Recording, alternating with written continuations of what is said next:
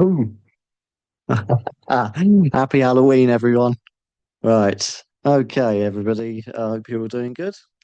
Okay, so obviously tonight is Halloween or All Hallows Eve, as it's historically called. And how appropriate is it that on the spookiest night of the year, we have a brand new edition of the Tapology Lucky Bastard game, the 33rd edition, first round draw here tonight. For this first round, it's actually going to be an unluckiest bastard game. Basically, for Halloween, as Troz suggested on the forum,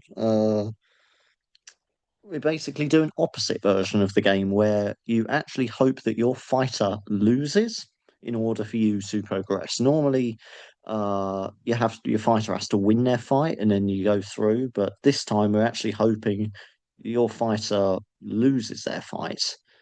Conversely, if your fighter actually ends up winning their fight, you go out. So yeah, I'm sure that will come up multiple times during this video, but that is the basic gist of it. We'll do this for the first round for now. Once this round is in the history books, we'll take a vote again, maybe decide whether to just leave this as a one-time Halloween gimmick for this night only, or whether to carry it on for the rest of the game, which would be kind of interesting because there's a good chance this game could run until Christmas. So that'd be interesting. But anyway, that is what we're doing for this round. Anyway, you're hoping your fighter loses. You're actively wishing misfortune on your selected fighter, which that just makes us sound terrible, doesn't it? But yeah, well, fair play to us. So we have managed to once again outdo ourselves in terms of the absolute shithousery of the Lucky Bastard game. But anyway, so we've got a new game here because last week, we had MMA Miyagi, who made his debut in the Tapology Lucky Bastard game, actually ended up winning the whole bloody thing on his first go. What? Now, if that isn't a lucky bastard, I don't know what is. But because of that, he is our defending champion, and he will be, yeah, he's going to obviously be defending his title in this game. The 30 uh the where are we at? 33rd edition of the Tapology Lucky Bastard game. Anyway, so before I get on to it, anyways, just sorting something out quickly there. Sorry. Right. Okay, so we'll just quickly run through our list of names of the entrance because obviously we're all back in it now. We start afresh. So let's send you over to our Excel sheet where we'll go through those names. Here we go. Hope you can see the screen now. Jazzed it up a little bit for Halloween, best I can in Halloween colours. Um, right, so we have A, or A laugh my arse off a nazy, Baron von Rattus, Bellatrix, Boom Shakalaka, or Boo Shakalaka, maybe for this game, I don't know. Maybe a few play on words will crop up here and there. Calfoth, Kenhager Ariz, C. Collins 44, Cheeseball, Chimp Smack, Cool Hand Puke, Hostradamus, no longer a part of the Trostradamus Alliance, which was has been a part of our game for the last few editions now, but they've separated Troz and Costradamus. They've got divorced. They've broken up. First time that's ever happened in this game's history, the breakup of an alliance. But maybe that will maybe be a bit of a blessing in disguise. As tragic as it is, as sad as we all were to see that alliance dissolve, maybe with both Costradamus and Troz in the game, that will bring them a bit of luck. That will help to make them a bit luckier. I mean, bearing in mind, Costradamus is a former Lucky Bastard Game champion. Let's not forget that. Um, so maybe that's the theory we were going on for that. But anyway, I'm sure that'll come up again during the video, no doubt.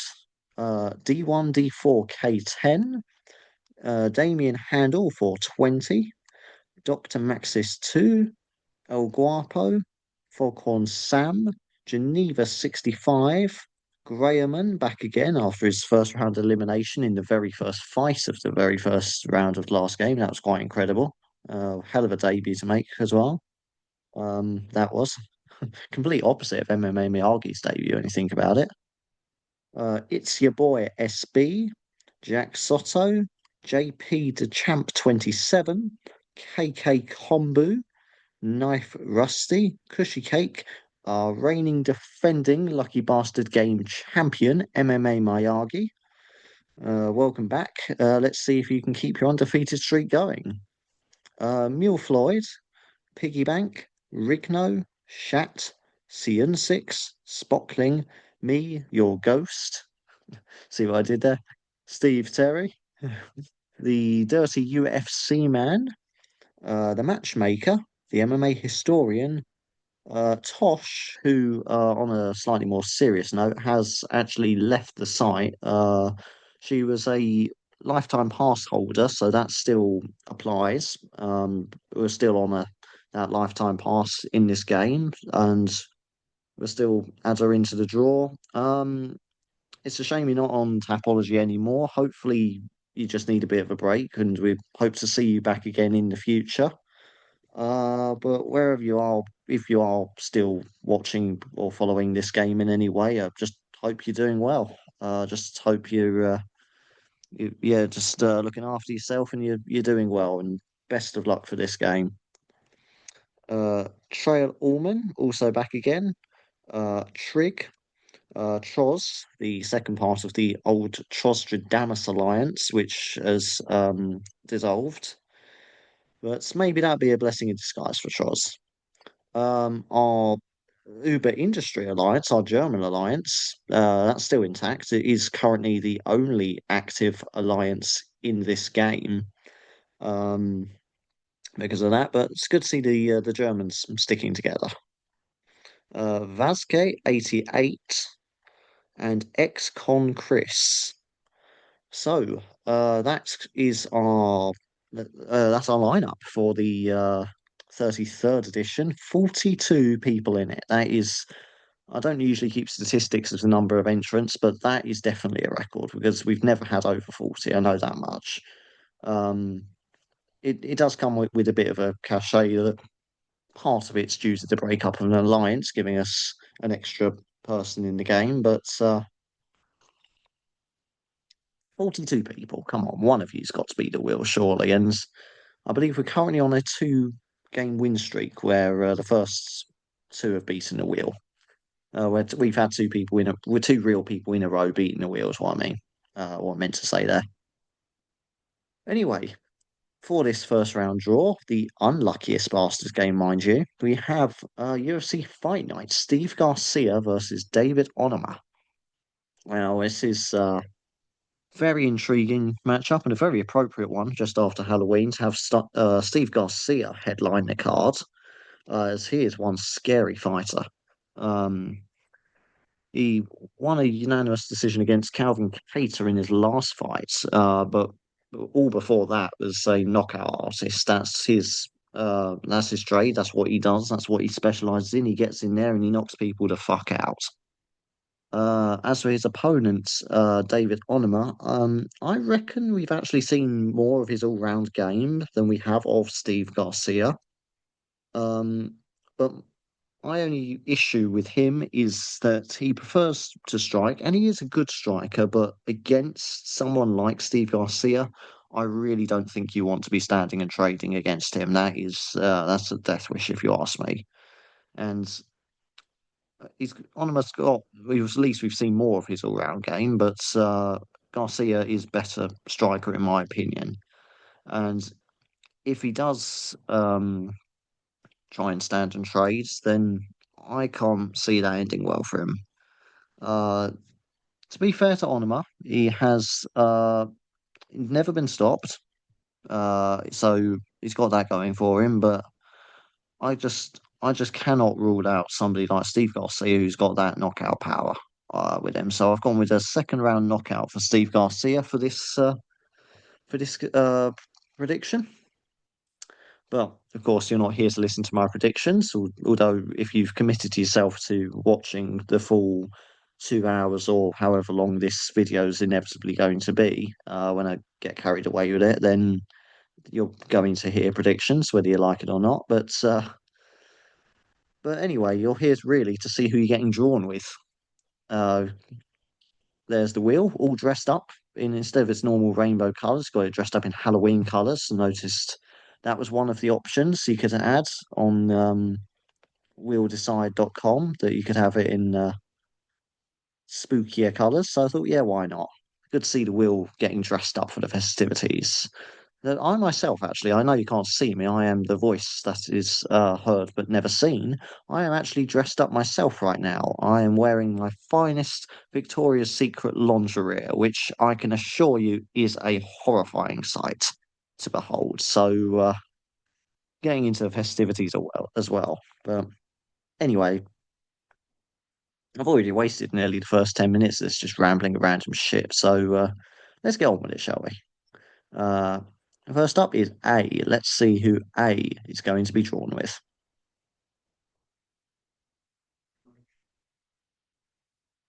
And A gets Talita Alencar. Talita Alencar there for A. Laugh my ass off and Nazy. Well, he won't have to wait long to find out his fate. He got the first, well, one of the first fighters in it. Opening the card with against Ariane Carnelossi. Um, I've gone with Alencar to win by decision in this one.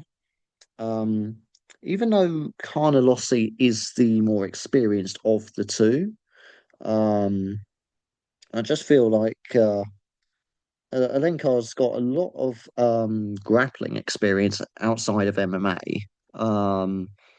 She actually competed in and admittedly lost in that new UFC BJJ promotion or side promotion that the UFC's running earlier this year. But she lost that one. But besides that, she has competed in a number of grappling events outside of MMA. So in MMA, her record is 6 wins, 1 loss, 1 draw. But really, her martial arts experience is much more than that. So I reckon that should be enough to uh, yeah, to tide her over for the win here. So that's my prediction for that one. It's Halisa Alenkar to win by decision. Now, of course, that's not what A wants to hear this time around, bearing in mind, because this round we want people to have losing fighters. So A is going to be hoping that Salita Alenkar loses her fight against Ariane Carnelossi. So A is with Talita Alenkar, but he's hoping Carnelossi wins. I can't believe some of the shit we say on this in this game sometimes, but that's how it is. I think Talita's going to win. A is hoping she doesn't. Anyway, so now we move on to Baron von Rattus. Let's see who the Baron von Rattus going to get, and he gets Kevin Christian. Kevin Christian there for Baron von Rattus. Actually, one thing I haven't really thought about with this is I'm typing all these names out in my Excel sheets and going along. The font I've chosen to make it spookier is actually making it really hard to read what I'm typing here. So that might take a little bit longer than normal. Anyway, uh, Kevin Christian up against Billy Elencana. I've gone with Billy Nakano for a decision. Bear in mind that is good news. Assuming my prediction is right, that is good news for Baron von Rattus. We'll start with Kevin Christian, given he's the one that Baron's been drawn with. Making his UFC debut tomorrow night. Um, is Contender Series winner, as a lot of the newer fighters are these days, aren't they? Also had a fight in the LFA as well, which he won. 9-2 for his overall MMA career, and a lot of fighters come from the UFC via LFA, really, don't they? As well, that's seems to be the natural progression of things for North American fighters. Anyways, is LFA Contender Series UFC. Um, so what do we know about him so far? Obviously, we've not seen him in the octagon, or at least not the UFC octagon. But is both his striking game and ground game looks good so far from what we've seen. But is it up to UFC level? Um, the interesting thing is he's never actually won or lost over the distance. Every single fight, win or lose, has been a finish. So, very exciting fighter to watch. Does raise questions about his stamina, how long he can really hang in there for. And that's partly, well, mainly why I've gone with his opponent, with Billy Elikana for this. Elikana, 8-2 in his MMA career. It's not much difference, only one fight difference. But more experienced in the UFC with one win, one loss. Also had a run in the well, what's that run? It's two fights, but it's two fight wins in the PFL, 2-1 in the LFA as well before that. So he's got a little bit more high level experience uh than Kevin Christian does. Um, Elikana, always knockout threats, but he's very good at managing fights in order to win by decision. And I think that's going to be what serves him well because, as I've mentioned, Kevin Christian's never gone the distance. Uh, so we expect Kevin to come out and fight his normal fight, which is going to be all out offense. And Elikana, I'm not saying he takes the round off, but he fights probably defensively for the first round, certainly, and then maybe starts to turn up a bit in the second round. Come the third round, takes over, gets a decision win. That's my prediction for that. If that comes true, of course, that is music to the ears of Baron von Rassus, because that will mean that even though his fighter has lost, he's gone through. Oh dear, this is going to get confusing. Right. Anyway, next up is Bellatrix. Let's see who Bellatrix gets drawn with.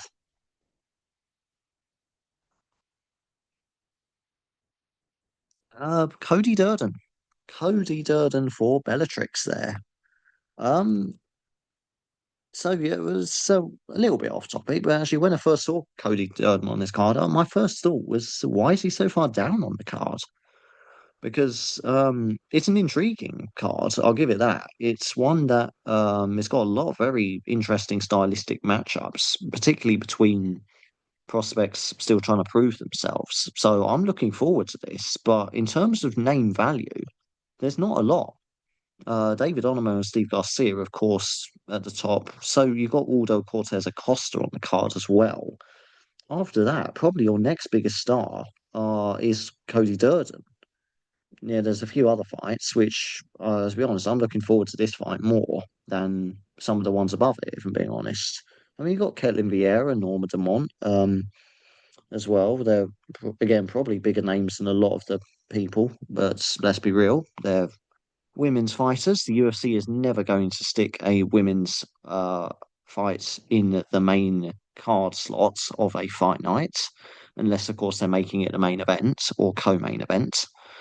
Um, Even though they've got more UFC experience than a lot of the guys above them, but I don't know. We'll have to bring that one up with Dana, won't we? But anyway, Cody Durden, he's fighting Alan Nascimento tomorrow night. I've gone with Alan Nascimento for a second round submission. That's good news for Bellatrix for once.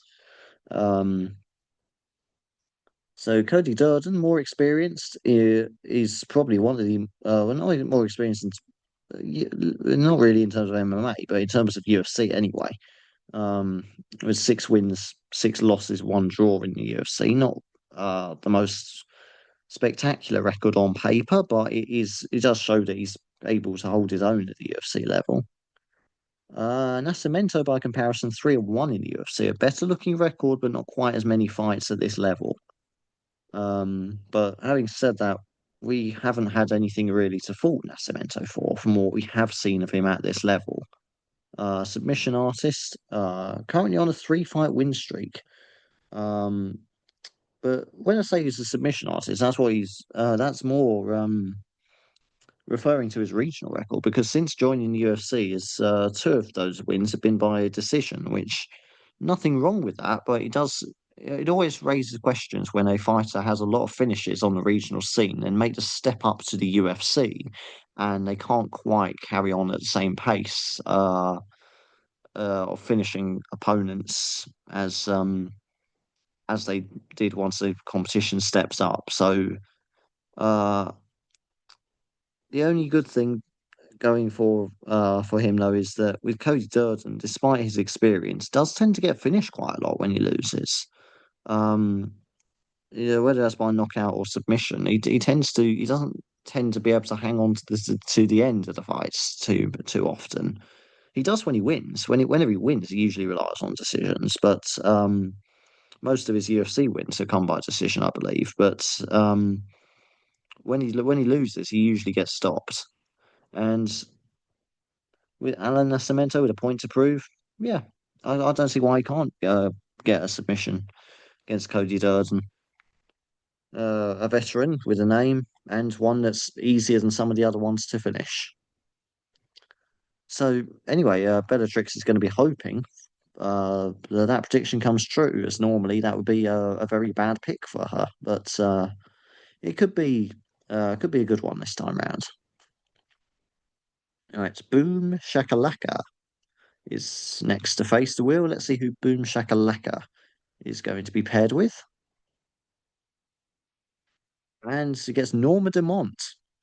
Norma Dumont there for Boom Shakalaka. Uh, and I've mentioned her in the last one. She's fighting Ketlin Vieira, of course. Again, one of the more, in terms of fighters with UFC experience, you'd be, besides maybe the main event, in fact, probably more so than the main event.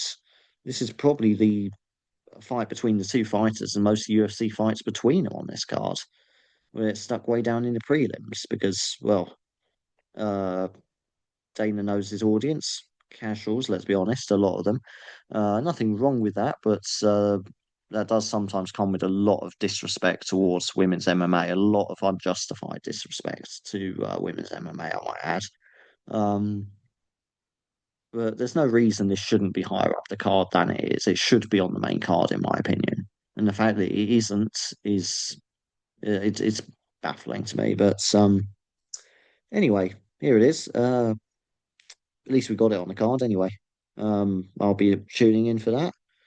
I've got Ketlin Vieira to win by decision, which again, good news for Boom Shakalaka. I believe Norma Dumont's actually the favourite here, or at least the bookies' favourites, and you can kind of see why. Uh, she's 8-2 in the UFC, currently on a 5 fight win streak. The uh, last time she lost was 3 years ago. Um, but funny enough, that was against Macy Chiasson by a split decision. Um, now, the reason I've gone with Vieira is because even though she's not necessarily got as impressive a record, certainly not recently, been a bit inconsistent with sort of win loss, win loss, win loss, diddly doo dah. But I'd say that the ones she has beaten are better names on her record. She's got, well, Macy Chiasson for one, notably in her last fight was the win against her. Penny Kincaid, Holly Holm as well, also on her record. Some of the losses are respectable as well. Kayla Harrison. So um, I'd say that. Caitlin Vieira's got the better record, or better curriculum vitae, as you might say, in terms of the names of the fighters on the record. So that's why I've gone with Caitlin Vieira. Um, Boom Shakalaka is going to be hoping that I'm right because, and if the bookies are right and Norma Dumont wins, Boom Shakalaka is out in the first round, which that would just be his luck. He normally goes out in the first round, become a bit of a running joke now, hasn't it? The amount of times he's been eliminated in the first round, and then the one time he does get eliminated and get a winning fighter in the first round, he goes out because we're playing opposites because it's Halloween and dead people come back to life and shit. So that means he'll be going out to the land of the ghosts. Anyway, we'll see how it plays out. Women's MMA can be pretty unpredictable as well. It makes it more exciting if you ask me, because you tend to get a lot more upsets. So that is a close fight anyway. So it's his fate hangs in the balance. Okay, so Calfoth next to learn his fate or learn his doom anyway. Let's see who Calfoth is paired with. And Calfoth gets Phil Rowe. Phil Rowe there for Calfoth. And again, he's the second fight into the card, just slightly above, so he won't have to wait too long to find out his fate. Um, Now, I've gone with his opponent, Seok Hyun Ko. If I've mispronounced that, I do apologise. That's probably the scariest part of the video is my pronunciation of fighters' names. There's an absolute horror show sometimes. So apologies if I've mispronounced that, but I reckon he's going to win by not by decision. Um, Even though Phil Rowe is more experienced in the UFC with 4-3 records. He won his debut, but what a debut that was! It's got off to a good start, and yeah, I can't see why he can't carry on. And again, with a record of 4-3, Phil Rose seems like the sort of fighter that Dana would be pairing up to against somebody um like who could potentially go on to be a star for the promotion. Ko's got dangerous knockout power and comfortable going the distance as well. Although one question mark I do have about Ko is what is his ground game like? Because we've not really seen an awful lot of it, or at least not in terms of finishing sequences of the ground game. He's been on the ground, sure, but um, we've never seen him in any threatening finishing sequences really. So he's never won or lost a fight by submission, which is interesting. Is that something that Phil Rowe will be able to capitalize on? Is that his best path to victory? If it is, then that would knock out Calfoth, of course. But all of Phil Rowe's wins in the UFC have been by knockouts or technical knockouts. So it's a question of maybe he'll try and ask. He should be trying to mix up a little bit, ask some questions about Ko's grappling, but will he? We don't know. We'll see. So it's a very intriguing matchup, and this card is full of intriguing matchups like this. Um, but as it stands, I've gone with Ko to win. I'm pretty sure he's the general bookies' favourite as well. So I think it's one time me and the bookies do agree. And if that's how it pans out, then that's good news for Calfoth. Does it mean that Phil Rowe goes out, but he goes through? So Calfoth will be actively rooting for Phil Rowe's downfall, which is a horrible thing to say, given the sacrifices these fighters make uh, for our entertainment. It's sickening. We are disgusting people. We are degenerates. We are the lowest of the low. Oh well. That's massive respect to these fighters getting into the cage and doing it though. Anyway, move on now to Canhego Ruiz. Let's see who Canhego Ruiz is going to be paired with.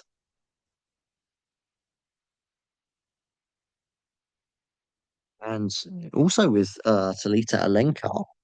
So that is now two on the Talita Alencar hype train, or hope they lose train rather. Obviously, A got drawn with Talita Alencar earlier.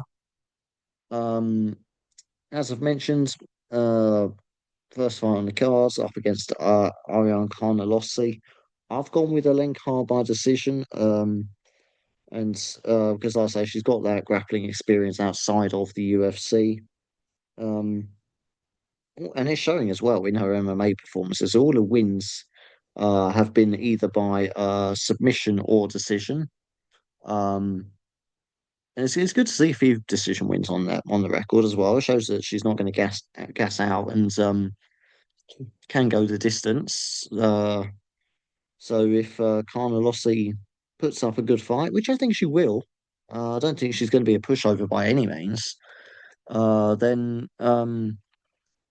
Linkar should still be able to get the decision win by uh, uh, just through the volume of work rate, really.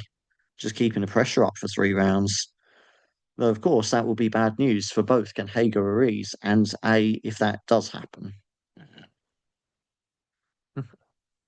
Oh dear, this is good. This is going to be we've only what we've done the first six so far, and this is already getting into double ups and confusion territory. Long may this continue. I just have a bit of my drink and just clear my throat. Bit of...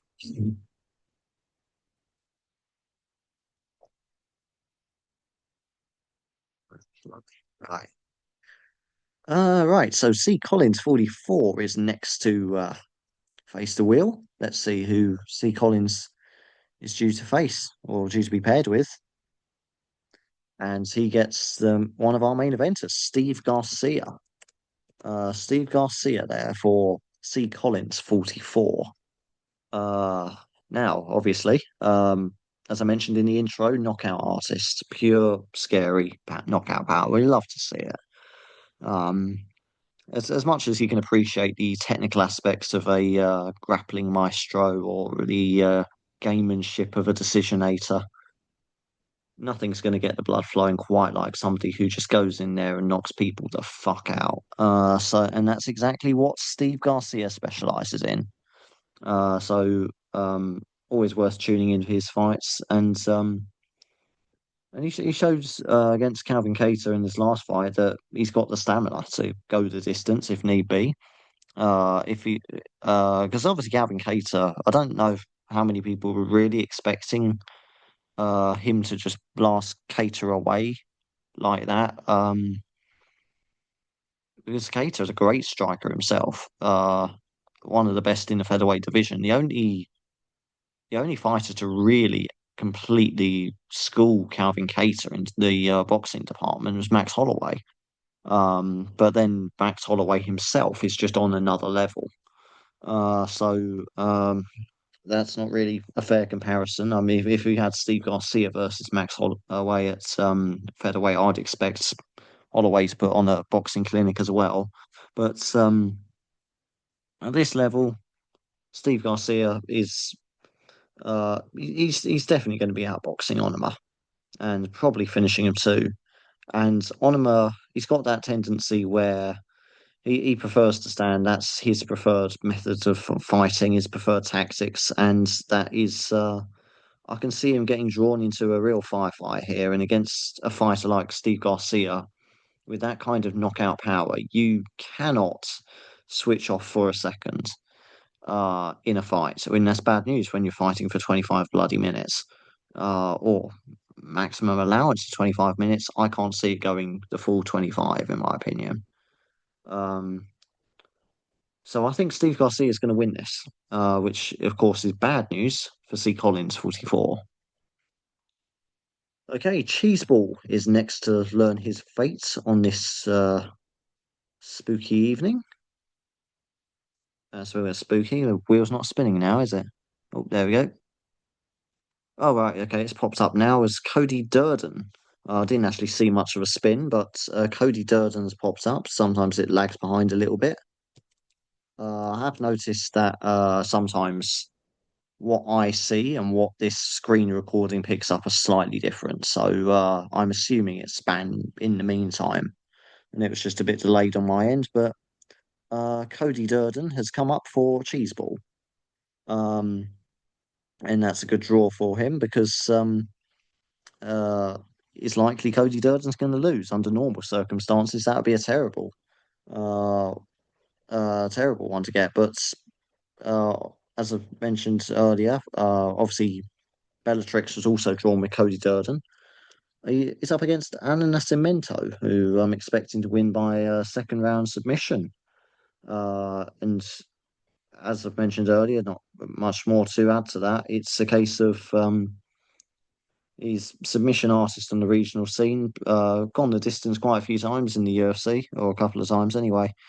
And maybe the UFC are thinking a fighter like Durden, who is prone to getting finished, is going to be it's a perfect setup for him, a sort of layup to try and get him a UFC finish and maybe start to build a bit of a highlight reel package for him. Um, Nascimento's got the skills, and I'm sure I can't see any reason why he shouldn't be able to submit Durden. Um, so yeah, that's a good pick there for Cheeseball. Because it's a terrible pick. Uh, in a roundabout way. So that is Cheeseball and Bellatrix paired up, uh, forming the Cheesy Bella Alliance or something like that. I don't know. But they'll be both rooting for Cody Durden's downfall. Right. Chimp Smack is next to learn his fate. Let's see if the wheel. There we go. The wheel's actually spinning this time. And it's Norma Dumont. Norma Dumont, therefore, Chimp Smack. Uh, Again, starting to get into double up territory as Boom Shakalaka also had Norma Dumont. Up against Ketlin Vieira, of course. And again, as I mentioned earlier, the bookies think that Norma Dumont's the favourite, and she probably should be, to be fair. I think it's a close fight with Ketlin Vieira as the slight favourite, in my opinion. Um, Obviously, for the purposes of this game, they'll be hoping that I'm right and the bookies are wrong. But again, my reasoning for that is that Vieira, in my opinion, has faced the better quality of opponents compared to Norma Dumont. Uh, Even though she's been in a better form lately, I think that the fighters Vieira has been facing are just a bit higher up in the division at the moment, just um, a higher skill set, really. Um, so I, I think, to be honest, even though Dumont's on a win streak, if she was fighting well, the likes of Kayla Harrison, on whatnot for in those fights. I don't think she would be still on a win streak, or to be completely honest. So I think Vieira's going to be getting a decision win here, and yeah, Chip Smack and obviously now Boom Shakalaka, of course, is they're going to be hoping that I'm right. Okay, so um, yeah, they're going to be hoping Norma Dumont loses, as I predict, and they go through as a result. Okay, Cool Hand Puke next to face the wheel.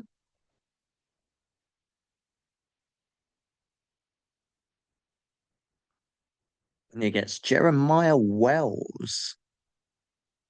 He gets uh, Jeremiah Wells for Cool Hand Puke. And so with Jeremiah Wells up against Stemba Garimbo, uh, the third main event or tertiary main event, as I unofficially called it. Um, I've got Garimbo to win by decision, so of course that is now good news for Corhan Puke. Uh, both Garimbo and Jeremiah Wells are 4-2 in the UFC. Not too much to split them in overall MMA records either, with Jeremiah Wells being 12-4-1, with and Themba Gorimbo being 14-5. Um, the only thing with Jeremiah Wells though, he's currently on a two-fight losing streak. This is his first fight in 1 year and 8 months, so a bit of ring rust potentially coming into this as well. Um, it's been a while since we've seen him in the cage, and obviously even longer than that since we've seen him win. This is that doesn't bode well for someone like Themba Gorimbo. He lost his last fight, of course, Gorimbo, again by submission against Vicente Luque. Um, uh, but by submission. But to be fair, there's nothing, no shame in that. I mean, Vincent Luque is still a force at welterweight, so there's no shame in that one at all. Um, most of his UFC wins come by decision, but he has a lot of submission wins on his regional record. But again, they kind of came to an end, or not been as prevalent in the UFC anyway. But interesting, he does has also got quite a few submission losses on his record as well. So I'm guessing regional Themba Gorimbo must have been a real Russian roulette when he went to the ground. His coach is probably having a heart attack. It's like, oh shit, he's either going to sub or get subbed. Um, so that must have been an interesting watch back in the day. Uh, but what happened back in the day doesn't really matter now. I think tomorrow night, in the present or in the future anyway, it's going to win. He's going to win by decision against Jeremiah Wells. And obviously, that is good news for Coolhand Puke. Music to his ears. Okay, so Costradamus, freshly single after his divorce, if you like, from Troz. No longer Trostradamus. They went the way of the old Soviet Union and Czechoslovakia. They've gone their separate ways. Costradamus, former champion. Let's see if he can maybe claim another title. Let's see who Costradamus is going to be drawn with. And he gets Yadia Del Val. It sounds like a French yogurt or something, doesn't it? Yadia Del Val. Yadia Del Valle. I have no clue how to pronounce it. I think it's Dutch actually, but I believe. I could be wrong. Um, but anyway, he's new to the UFC. He won his debut, to be fair to him. And it's an impressive debut as well. He won by rear naked choke against Conor Matthews. Um, well rounded from what we've seen so far. And he's gone the distance in the past. Still 9-0 as well, still undefeated. So he's still going to have that confidence of an undefeated fighter. Uh, he is the underdog for this one though. Up against Isaac Dolgarian. And again, this another one I don't quite understand the bookmaking odds. I can understand Dolgarian being a slight favourite, maybe, because he's got more UFC experience. He's 2-1 in UFC. But yeah, of course, there's still only one fight in to the UFC. But Yadir Deval is 9-0 in his MMA career, 7-1 for Targaryen, so a slightly better record overall, which normally one or two fights wouldn't make a huge difference. But when they're both fighters are under 10 fights into their careers, yeah, that bearing in mind the first few will usually be against other people making their debuts or 1-0s. Truthfully, the sort that are there for getting a bit of experience, but can't really be factored in terms of once they get to the UFC level. Um, when considering their records. But with Bulgarian, the book has got him a minus 250 favourite, or at least last time I checked. So when Devour's plus 205. I don't know. I don't see why it's so steep like that, but admittedly, Bulgarian is, yeah, like I say, obviously more UFC experience, and they have come quickly. Well, that's not always necessarily an advantage because all of his wins, or most of them anyway, have been by knockout or submission in the first round. Uh, but um, the thing that concerns me with this is that he has never won a fight over the distance. And it's funny enough, his only loss, the only time he ever went the distance, he lost, and that is his one on his record there, is 7-1. Um, Yadier Delval, he's shown he can go the distance in the past, so that is, in my opinion, going to be the difference between them. So why they've got somebody who's shown that they can hang in there till the very end as a underdog? Not 100% sure. I'm probably just basing it solely off of the early finishes and not much else because it's impressive as it is finishing people early on. If you don't find that finish, then what? Then where does that leave you? That leaves you high and dry. That leaves you with a couple of rounds to try and switch things up, work something else out, and find a way to win. Uh, I think that I don't think Yadi is going to get knocked out straight away or submitted straight away, and that's going to be bad news for Isaac Dogarian. So I've gone with Yadier Deval, which of course is bad news. So Costradamus is going to be hoping that I'm wrong because otherwise he has a winning fighter and goes out, which makes perfect sense. But this is we took a vote on this. It was a very comprehensive, it was a landslide. We did it democratically and we voted 15 to nil in favour of doing it this way, of having an unluckiest bastard. So this is what you voted for. So if you were one of those that voted for it and you do get a winning fighter and go out as a result of that, well, you buy the ticket, ride the ride. Anyway, we move on now to D1 D4 K10. Let's see who D1 D4 K10 is going to be paired with. Timmy Kawamba. Timmy Kawamba there for D1 D4 K10. Um, Interesting bantamweight fight here against Chang Ho Lee. Uh, Another Korean on the card that also looks very good. Uh, Chang Ho Lee, I've got him to win by decision, which again is good news for D1, D4, K10. Um, so Chang Ho Lee, who currently is 2-0 in the UFC, also had a win over in one fighting championship as well. Prefers to keep it standing, can go over the distance as well. He's shown he's got the stamina to do that if need be. And he showed that in the Road to UFC as well, which is another fairly high level promotion, all things considered. A good little TV series that. And he's looked good from what I saw of him in there. Timmy Kawamba, he's not got off to the best of starts in his UFC tenure, 1 and 2. Um, he did get the win in his last fight, and if he didn't, he might not still be in the UFC. So he needed that to break his two-fight losing streak, which were both decisions, to be fair to him. But it's all very well going the distance. Shows you tough, of course, and not easy to finish, but you need to be winning fights at the end of the day. A lot of his wins, when he does win, come by technical knockout through ground strikes. He can sort of knock an opponent down or get an opponent down and then follow up with the ground and pound.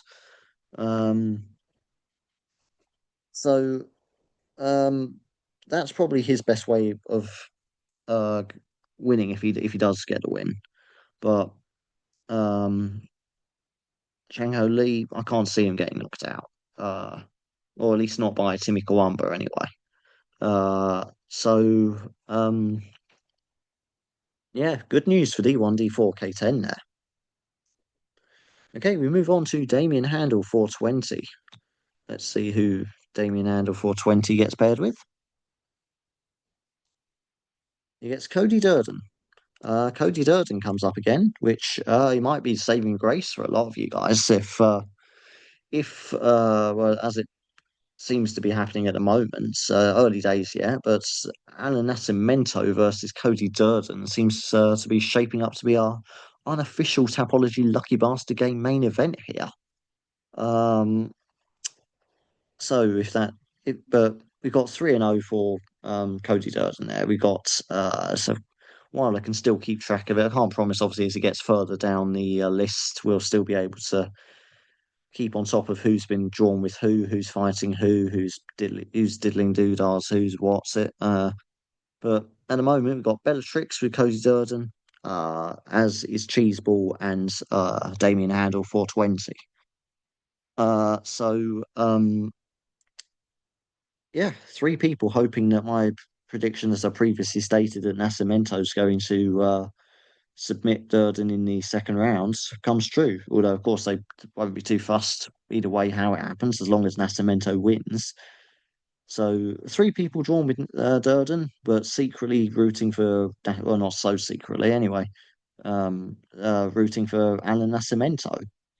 Um, so, yeah, we'll see if that works out. It's whether Nascimento gets the finish, but even if he doesn't get the finish, he should get the win, in my opinion. So, I don't think they've got too much to worry about, if I'm being completely honest. I think that if you get drawn with Cody Durden, normally that would be a death sentence, but this time round it's a blessing. I think you can find yourself through to the second round. Whether we'll still be playing by this rule set or not, we'll take a vote on that at a later date. But uh, but yeah, anyway, once we'll sort that out after this round's done and dusted. See how this goes. For all we know, this round still might be a complete absolute disaster. But we'll see. Right. So move on now to Doctor Maxis 2. Let's see who Doctor Maxis 2 gets paired with.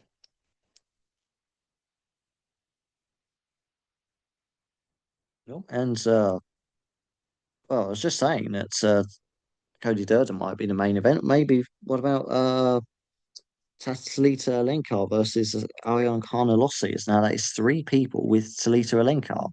A with Alencar, Canhega Ruiz with Alencar as well, and now Dr. Maxis 2. So three people with Talita Alencar. None with her opponents so far. But as I've mentioned, Alencar, she's got that grappling experience outside of the UFC. But I think we might actually see more of Alencar now that the UFC have set up their UFC BJJ side promotion where they got them fighting in that giant petri dish, uh, which the banks presumably obviously to help the grappling up. Somebody a bit more well versed in BJJ than me will probably be able to explain the exact benefits of the slope from several, but it's more beneficial than in a cage anyway. Karate Combat actually have a very similar thing as well, except theirs is more squared and a bit steeper on the sides, I reckon. But it's the same idea anyway. Uh, but well, I think because of that, we're probably going to be seeing more fighters compete in the UFC that way. So even though they don't count on the MMA record as UFC fights, I think given Alenkar's already fought in that UFC BJJ promotion, we might see a bit more of her in there. So even though it won't count for the records, it will as fans get to see more of her and get a better idea of exactly how good she is at grappling, what exact strengths and weaknesses are within the grappling department. Who she can get into Peruvian neckties, who she can't, who she can rear naked choke, who she can't, who she can give a little oil check to, who can't, and that sort of thing. Uh, but anyway, went a bit off track there, but as I've mentioned before, I think she's going to win, so that's bad news for this version of the game. Um, I just can't really see how her opponent Ariane Carnelossi gets the win. Most of her wins, funny enough, come by knockout or technical knockout, but I can't see Alencar being stopped. or at least not by Carnelossi anyway. Um, she has gone the distance a few times, so I don't think necessarily going to be stopped either. That's why I've gone with Alencar for a decision rather than her to be submitted. But it's being subbed is a very real possibility, so still. Um, but I just think it's a little bit more likely maybe to go over the distance. Think it's kind of loss is going to be tough enough to go the distance, but how much further than that? Well, I mean, obviously you can't go further than distance, but I mean it's not far enough to get the nod from the judges, is what I meant. Okay, so we have El Guapo, who are a resident commentator. uh, Brilliant analysis as always. Always appreciated. Really adds the poetic flair to this game. So we appreciate your efforts and the uh, the summaries that you provide in the forums. So good luck. Let's see who our commentator El Guapo gets paired with. Oh, that's four for Cody Durden now. Four for Cody Durden. Um, so there we well, oh, I can't really say much more about this fight, can I? How many more times can I talk about Alan Nascimento being built up by the UFC to try and get a finish over an established name like Cody Durden? Um, I suppose now I'm just going to fuck it and play devil's advocate and explain why Cody Durden wins. Let's have a look. Why would Cody Durden win? If he does win, it would be over the distance. But if the fight goes the distance, I think Nascimento would have done enough in the fight. Would have put enough work in trying to find get him into dangerous finishing positions via subs and sub attacks, and it's it'd be a sort of fight where if it does last that long, it's going to be a full 15 minutes of Durden defending against submission attempts and the grappling offense of Nascimento. Um, but yeah, no, I can't really make a solid argument as to why Durden wins because I don't think he does. But that is going to be um, it's going to be good news anyway for Bellatrix. Who else is on this? Bellatrix, Cheeseball, Damien Handel, 420, and of course now El Guapo. All with Cody Durden. It'd be interesting to see if anyone gets Nascimento, but for now, that still puts the Nascimento Durden fight as the unofficial main event. Foghorn Sam is next to learn his fate. Oh, and there we go. The other one that's been coming up a lot. Talita Alencar. Funny enough, it's actually the last couple of spins have gone Cody Durden, Alencar, Cody Durden, Alencar. So taking it in turns to pop up. But anyway, another one there for Alencar, who, I've said, a lot of that grappling experience, and that's going to see her well. That's going to tide her over well. Yeah, not really a lot that I can add to that. Maybe by the next time she has a UFC fight booked. In the meantime, she might have also had a few of those Brazilian jiu-jitsu matches in the UFC's fishbowl, and yeah, maybe that we'll learn a little bit more about her, and I can have a bit more to work with and a bit more to talk about. But in a one-sided fight, it's a bit, at least in competitive fights, it's easier for me because I can sort of go back and forth and sort of play devil's advocate both ways. But in fights where I can only see one winner, that's not quite. I can't really do that.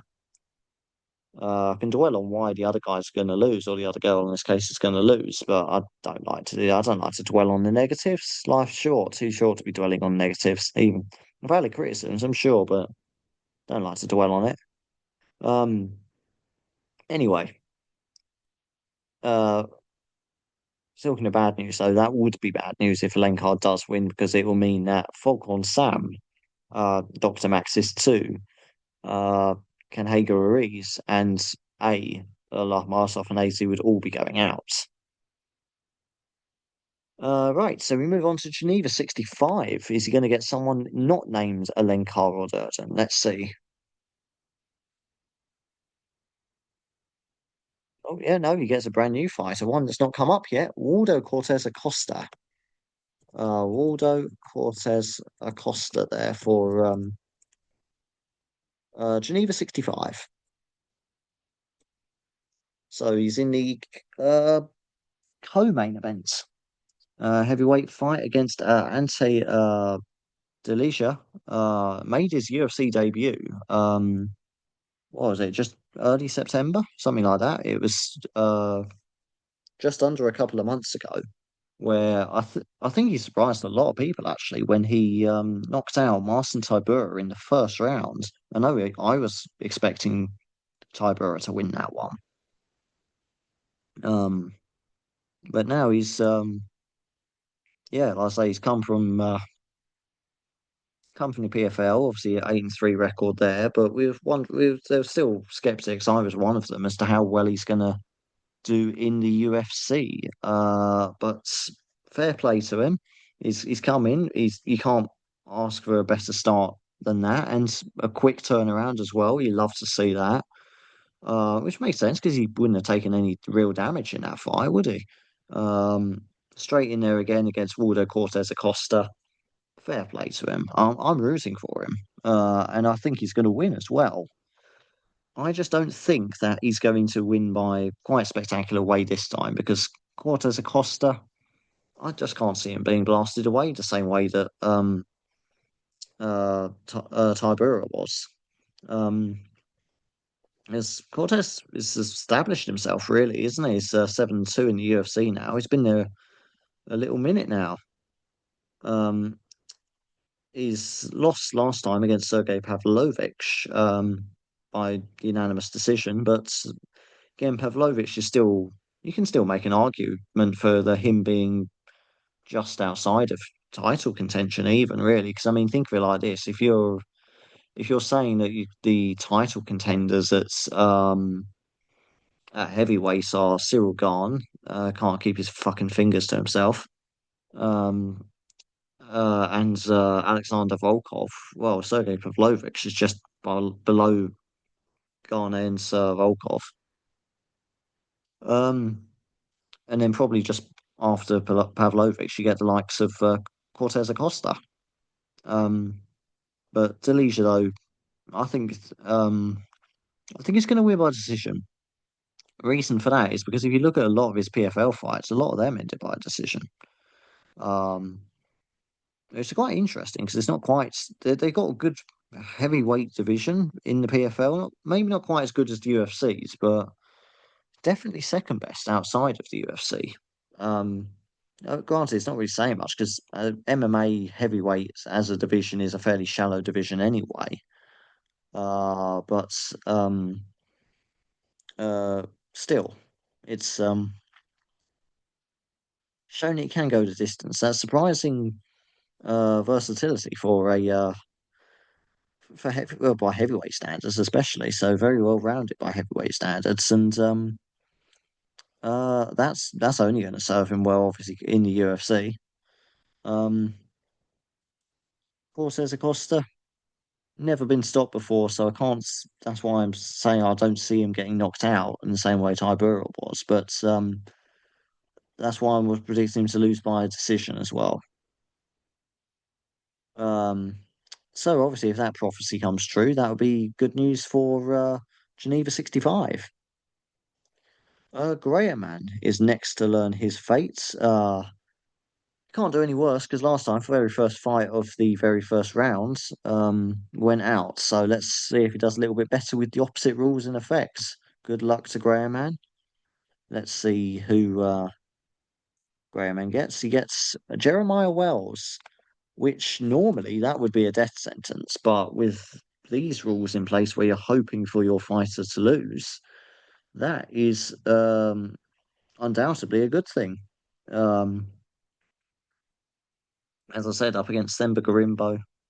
Wells, we've not seen him in action for nearly 2 years now. 1 year, 8 months. He's been out of the cage. And I'm pretty sure he lost his last fight before that one too. Uh, so it's been a while since he's had a win. And Garimbo, yeah, he's just obviously he's looking to come back from his loss against Vicente Luque, but again, nothing to be ashamed of, and this is a perfect bounce back fight for him. Um, if Garimbo can't beat Jeremiah Wells, then we need to start. She's going to have to start asking some serious questions because he should be beating Jeremiah Wells, quite frankly. So this is a perfect confidence booster comeback fight. Um, the only reason I'm the only reason I'm not going for a Garimbo by a finish is simply because well, it's Wells has proven to be tough.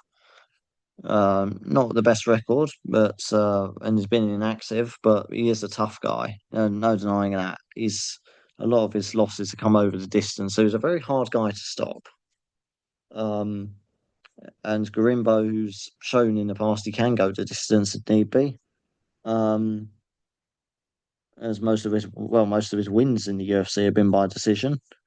So I don't see those patterns changing. I can't see Jeremiah Wells suddenly getting stopped or Grimbo suddenly not relying on the judges' decisions.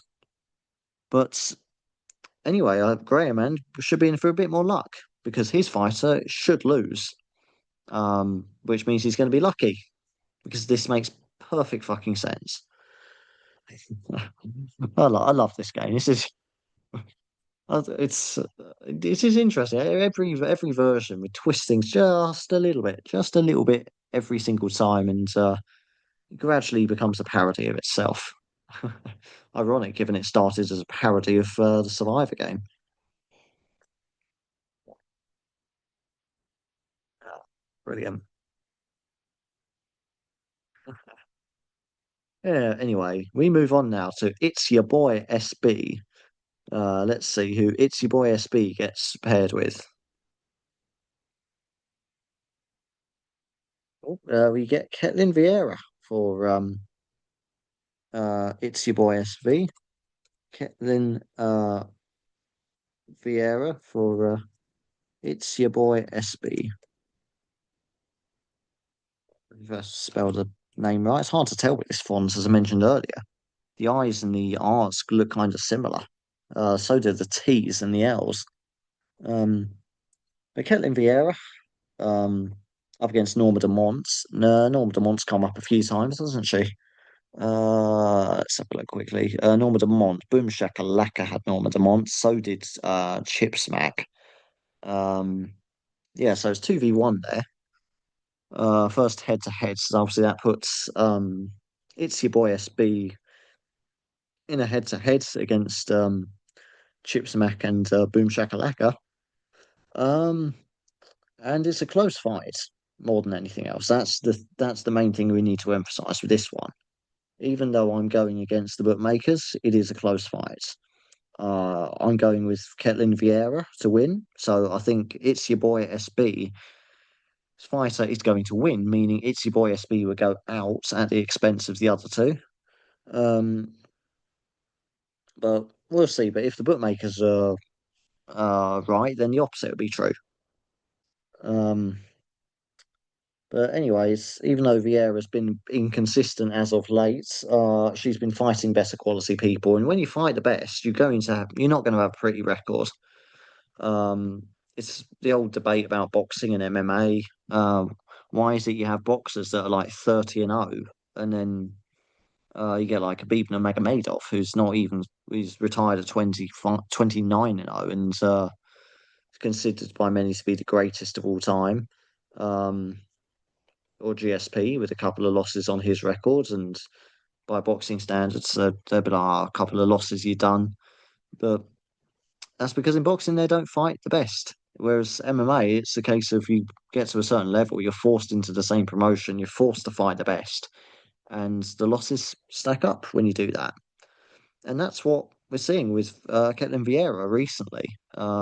She's got is not the prettiest record to look at, but it's recently anyway. But the name's very respectable on there. So um, whereas Norma Dumont, I don't think recently anyway, she's quite been challenged in the same way that Vieira has. So I think based on the quality of opponents, Vieira wins this. But it is a close fight. We'll see how this plays out. It's a fight that either of them can very realistically win. Of course, if Dumont does win, then that wouldn't be a huge shock either. Jack Soto next to face the wheel. Let's see who Jack Soto gets paired with.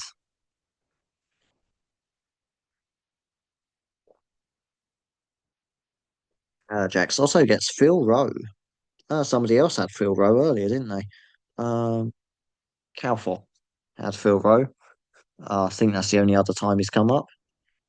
Um, against Seok Hyun Ko, who I've backed by to win by decision. Even though he's less experienced in the UFC, there's only one debut. He's got his debut out of the way. He won that. What more can you ask for? Um, got that knockout power. He can go the distance, but we still have big questions about his ground game. What's his submission work like? How well can he defend submissions? How well can he impose his own will on his opponents when he got them on the ground? Um, although, to be fair, in that situation, he'd probably try raining down shots instead rather than trying to pass guard or anything like that. Um, Phil Rowe, on the other hand, all of his UFC wins have been by knockout, and conversely, all of his losses in the UFC have been by decision. And he has never won a single MMA fight by decision.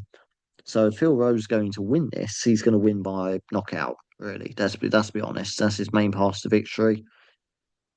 Um, but I can see Seok Hyun Ko withstanding anything that Phil Rowe throws at him. So, yeah, to be honest, I think that it's we're going to be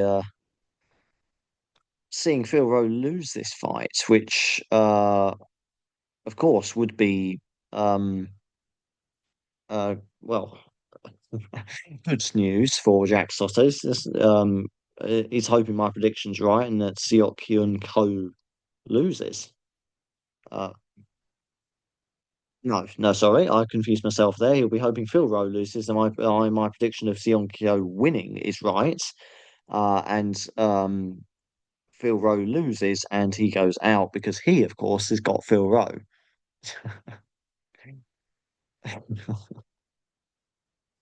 Oh, this is brilliant. All right. Anyway, well, we're about halfway down the page now. So only another 3 or 4 hours of this video to go, I'm sure. Right. Anyway, JP the champ 27. He's next to learn his fate. Let's see. JP the champ 27. Also does a great job of running the baddest motherfuckers game on Tapology, which I'll give a shout out to that game. It's a very simple one. Um you just post the picks that you've made for the UFC and then just based on how accurate those predictions are, we awarded a series of points, and then he'll add up the scores, and it's a very easy game to play. Well worth playing if you want to compare picks, especially because you get to directly see yours against others and how well they do in a league format. But anyway, while I've been rambling about that, he was drawn with Dante Johnson. Um, Dante Johnson there for JP the Champ 27. Uh, so he's undefeated up against Cedricus Dumas. Now, this is an interesting fight because Dante Johnson he looks like an absolute monster, appropriate for Halloween. 6-0. This he's making his UFC debut. He still hasn't had a fight in the UFC yet. He had a fight on the Contender Series, but every single fight in his career has ended in a first round knockout. Every single fight. Okay, he's only 6-0 into his career, but he's just gone in there and knocked them all the fuck out. He had one loss as an amateur, but he was also by the end of his amateur career, he was a champion. So he's got a amateur pedigree as well. So I can see why he's the heavy favorite here. He's minus like 375, something like that. Um, so this normally would be a blessing for JP to champ 27, but not in this case. You don't want somebody that's that much of a favorite. But here's where we might get a little bit very lucky. Because Rodriguez Dumas is the obviously the heavy underdog, mine plus 300. But I reckon Dumas is going to win this. I've got a sneaky feeling that this is going to be an upset because even though on paper it all makes sense as to why Johnson should be the favourite, my gut is telling me to back not to back the guy that's never gone outside of the first round because he's like I say he's not really gained much experience doing that, has he?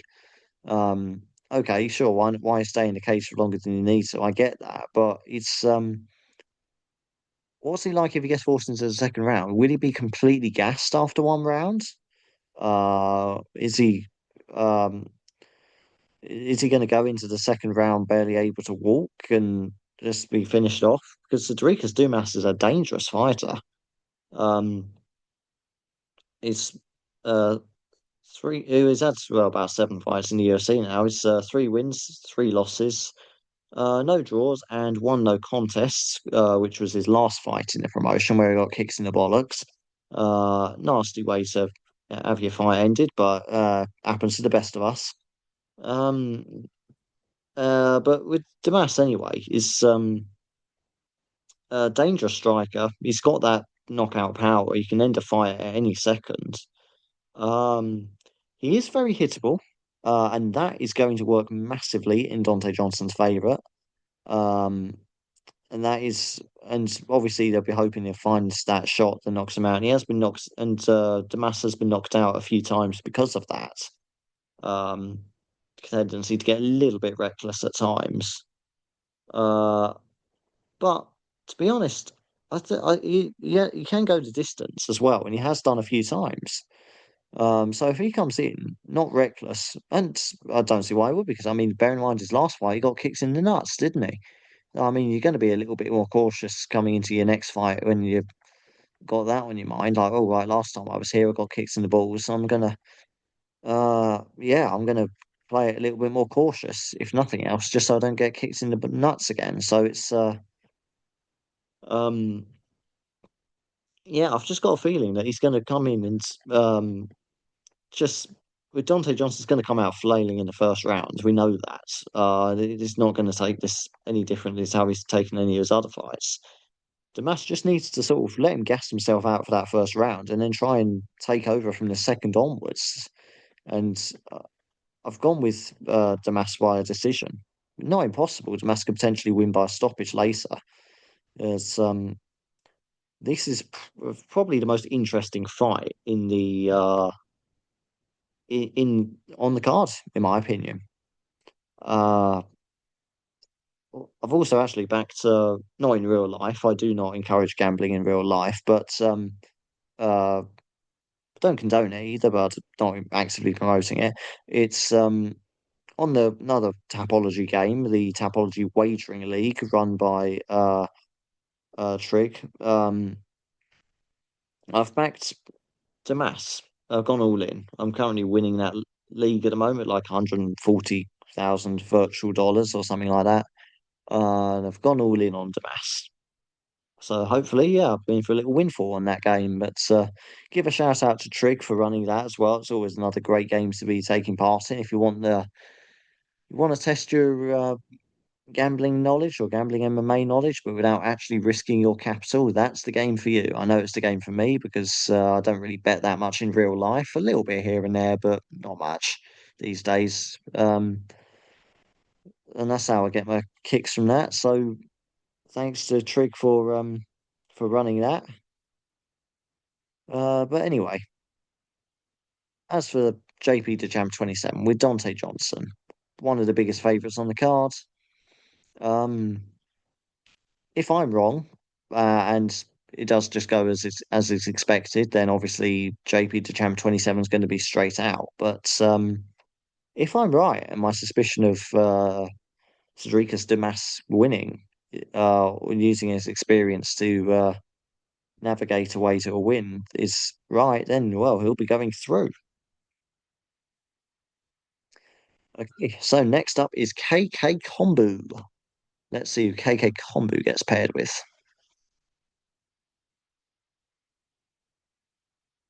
And it's another one on the Phil Rowe hype train. Well, not necessarily because they're hoping that Phil Rowe loses, but obviously against Seok Ko.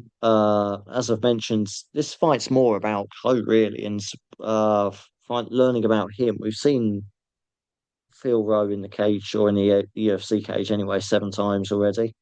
Um, Knockout artist, we know that. If he goes the distance, he'll usually be on the wrong end of the scorecard. Again, we know that. Um, it's Seok Hyun Ko who we need to know a little bit more about, or at least at the UFC level anyway. But he's looking really good so far. 12-2 prospect.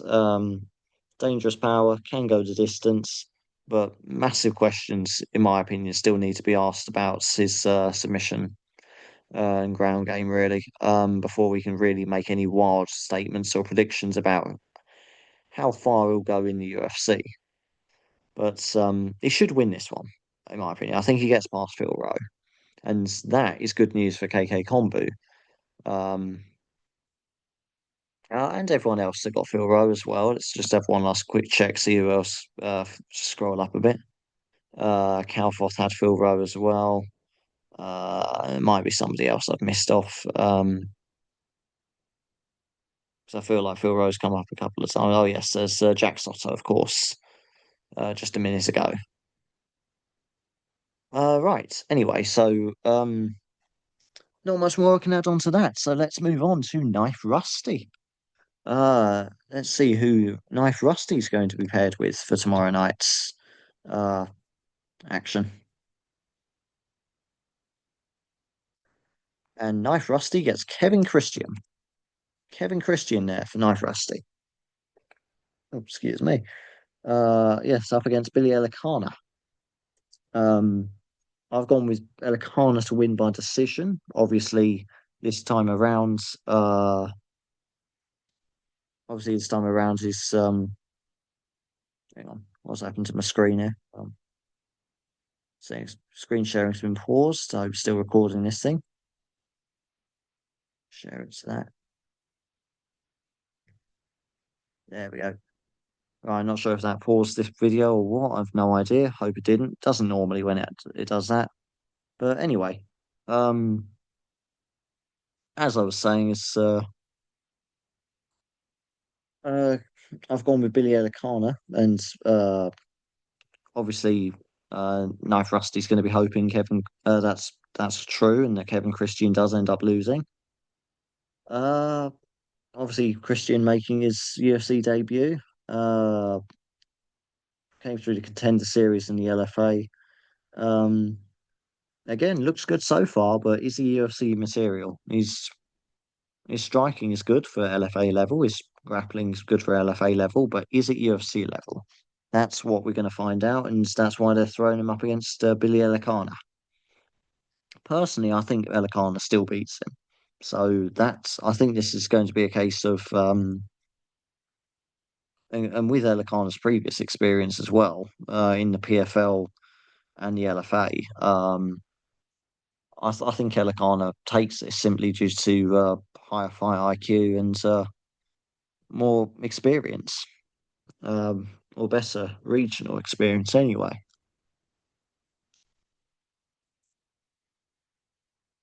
Okay, so we have Cushy Cake next. Let's see who Cushy Cake gets drawn with.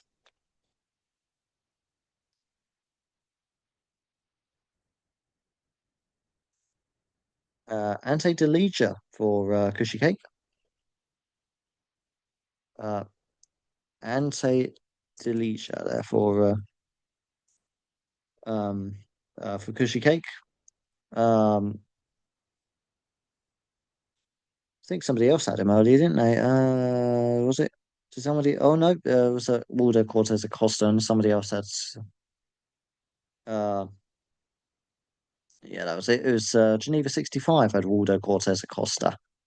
Denisha, of course, came into the UFC from PFL, just blasted Marcin Tybura away, spectacular fashion. And now he's got a slightly tougher test against Waldo Cortez Acosta. And if hypothetically he does the same to Cortez Acosta, then well, then we see him really arguing. Well, we'll be looking at a matchup against the likes of Pavlovich or possibly even Volkov. So that's what I'd be hoping for. Whether that materializes, I'm not sure, but I think he definitely gets to win by decision. Because he's not necessarily always going into fights the way he did against Marcin Tybura. Maybe you can write that off as saying, well, that was his UFC debut, wanted to make a statement, and boy, did he make a statement. But in the PFL, he wasn't afraid to manage fights and go the distance. And the judges often rewarded him for it. They liked what they saw. They gave him the wins, and it worked out for him. And it wouldn't surprise me if that's as he steps up and faces tougher opposition in the UFC, that's what he does again. So I think Delicia's going to win, which is bad news, of course, for Cushy Cake. Okay, so next up is our reigning, defending, undisputed, still undefeated Lucky Bastard Game champion MMA Miyagi, who has gone 4 rounds so far. He's made his debut in the last game, 4 rounds, uh, got a winning fighter all 4 times, and ended up winning the game as a result. So won it on his very first Lucky Bastards game. Could be a very long time before we see that. I think the only other time that happened would have been Baron von Rattus on the in the first game, which admittedly is a little bit easier because everyone was making their, well, not necessarily easier for him, but statistically of somebody winning on their debut because, well, everyone was making their debut in that one. Obviously, the odds would be the same for him, dependent obviously on we had less people in back in there. I think it was like 20 odd people to buy in the first edition, maybe less than that. But still, it's going to be a very long time, is what I'm trying to say before we see another example of this happening. So, um, at winning fighters all so far, this time he's going to be hoping for a losing fighter. Let's see if we can give MMA Miyagi a losing fighter so that he goes through. Nope. And yeah, it looks like the Talita Alencar is going to be the Lucky Bastard Game main event because there's another one with Talita Alencar. Um, and interesting, no one with Ariana Carnelossi so far, but I think that's about 5 people now with Talita Alencar. So not much more I can add to that really. Other than that, that's bad news really for MMA Miyagi because as I said, I think Alenkar's going to rely on her grappling to sort of, well, if not find the finish, then certainly uh, get a wide unanimous decision win from the judges, which normally would be great news, but not in this version of the game, or at least not this round anyway, where you want your fighter to lose because it's Halloween and we all decide to act evil for some reason.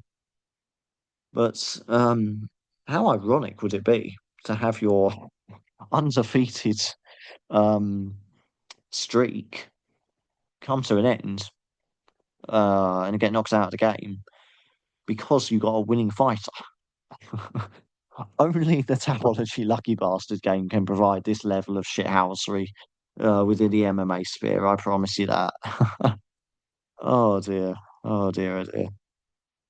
That's going to be something. Tomorrow night's going to be mayhem.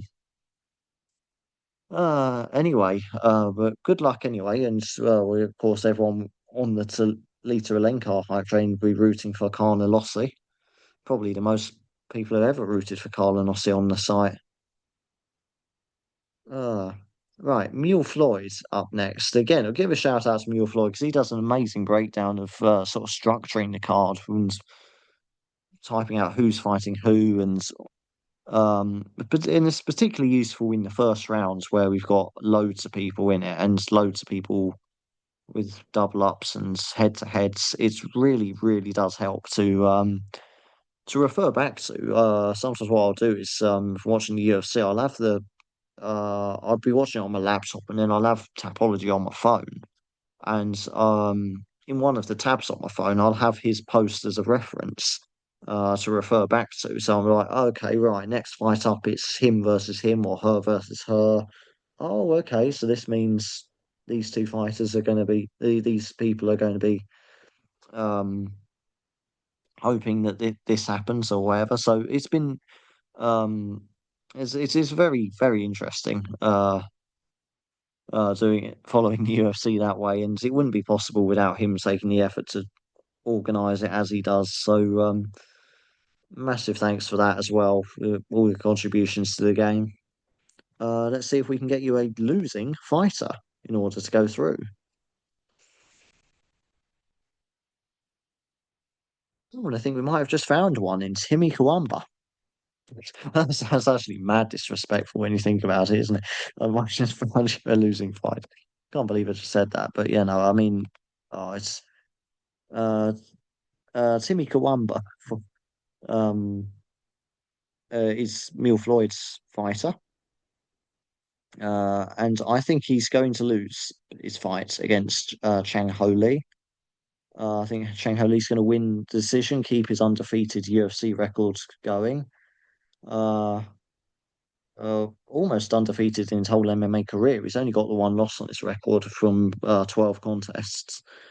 Um, Lee prefers to keep it standing. Has shown that he's capable of going over the distance as well if need be. And Yeah, as Kawamba though, it's a case of he got the knockout win last time, but before that he did suffer two back-to-back decision losses, and Lee he's happy to go the distance. He can proven that he can win in the UFC over the distance. So it's so yeah, there's no reason why he won't stick to that kind of game plan, and that isn't going to work in Timmy Kawamba's favor because unless he finds that shot to find the knockout early on, he could be in trouble. Especially as the fight wears on, his energy goes down. It's gonna be a tough fight for him. But for me, for the sake of Neil Floyd, anyway, that's great news because that means he'll get a losing fighter and go on through to the second round. In theory, but this is MMA. Anything can happen. We'll see if that actually transpires. Probably not. All right. Anyway, Piggy Bank is next to learn his fate. Let's see who Piggy Bank gets paired with.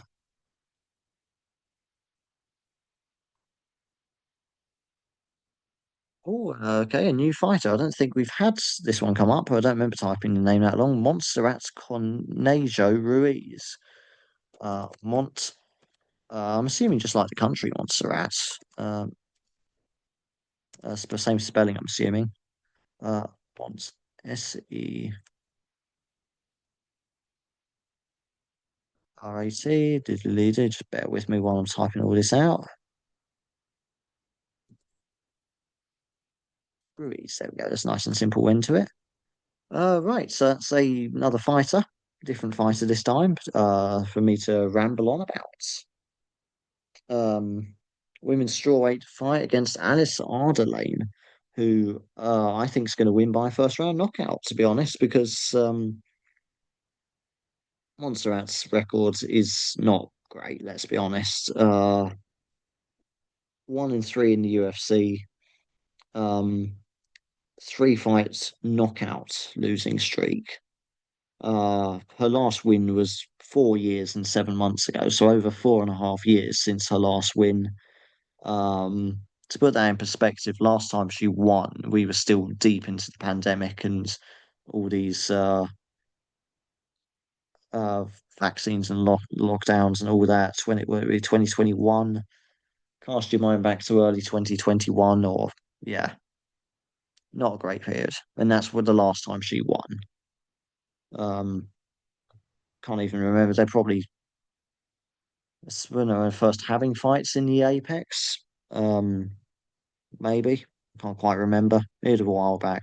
Crazy times, but that's how long ago it was been since she last won, or if somebody was born the day she would had her last win.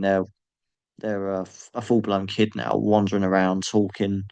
Uh, yeah, it's life moves fast and seems to have moved on without Montserrat Canega Ruiz. Alessandra Lin, on the other hand, 1-2 in the UFC is not a great record herself. And to be honest, I was expecting her to go 0-3 in the UFC and get cut. I wasn't expecting her to win her last fight, but she did. I'm pretty sure I remember trashing her in one of these videos about it, saying no, she doesn't have a chance. But yeah, no, it's shut me right up, didn't she? Um, and anyway, so that's um especially in this fight anyway, it's a case of this is a winnable fight for, to be honest, most people in the strawweight division. So I would still argue if Alexander Lin can't beat Montserrat Canega Ruiz or Canega Ruiz, getting muddled up with the U's, so Canega Ruiz there. Um but similar names, but anyway, once I get my tongue out untwisted, it's then yeah, maybe she should still be getting cut because you should be beating fighters like Montserrat. Um, Alessandra Lin, I say it's won the unanimous decision in the last fight. She has a lot of regional knockout wins. She hasn't shown that at UFC level. She only recently shown she can win at UFC level. Uh, so it'd be interesting maybe against somebody like Montserrat Nego Ruiz if maybe she'll be able to get a knockout in the UFC, perhaps. Maybe bring some of that old regional form back, but we'll see. Maybe, maybe not. But either way, she should get the win here. I've gone with first round knockout. Be adventurous, why not? But anyway, that is a great pick anyway for this game for Piggy Bank because I can't see Montserrat winning at all, which means the Piggy Bank should be going through. Okay, let's see. Next we have Rigno. Let's see who Rigno gets paired with.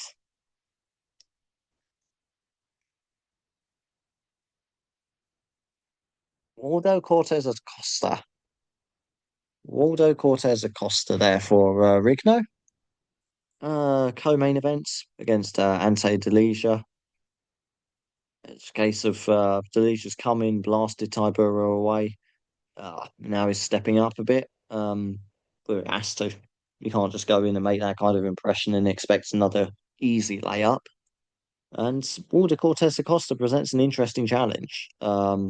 A step up, yes, but not one that's impossible for him to overcome. In fact, one I'm expecting him to overcome. Um, Via decision, sure. I'm not expecting him to blast Acosta away, but it'll be interesting to see. Obviously, we've seen Delija plenty of times go the distance in the PFL, but it'll be interesting to see what the UFC version of Delija looks like going the distance over the course of 15 minutes. Um, Walter Cortez Acosta is certainly tough enough to give him those full 15 minutes. Um, I think Delicia's, I don't think he'll be minding that either too much, to be honest. He's comfortable going the distance. That's how he won a lot of his fights in the PFL. So I'm not expecting him to go all guns blazing like he did last time. I'm expecting him to take a much more not necessarily cautious, but definitely a more um the pressure's off, really, isn't it? That's what I was trying to say. Is it's not a case of, oh, I've come from a rival promotion and I'm here to prove my point kind of thing. He still is in a way, but not so much as it is on his as it is on his debut.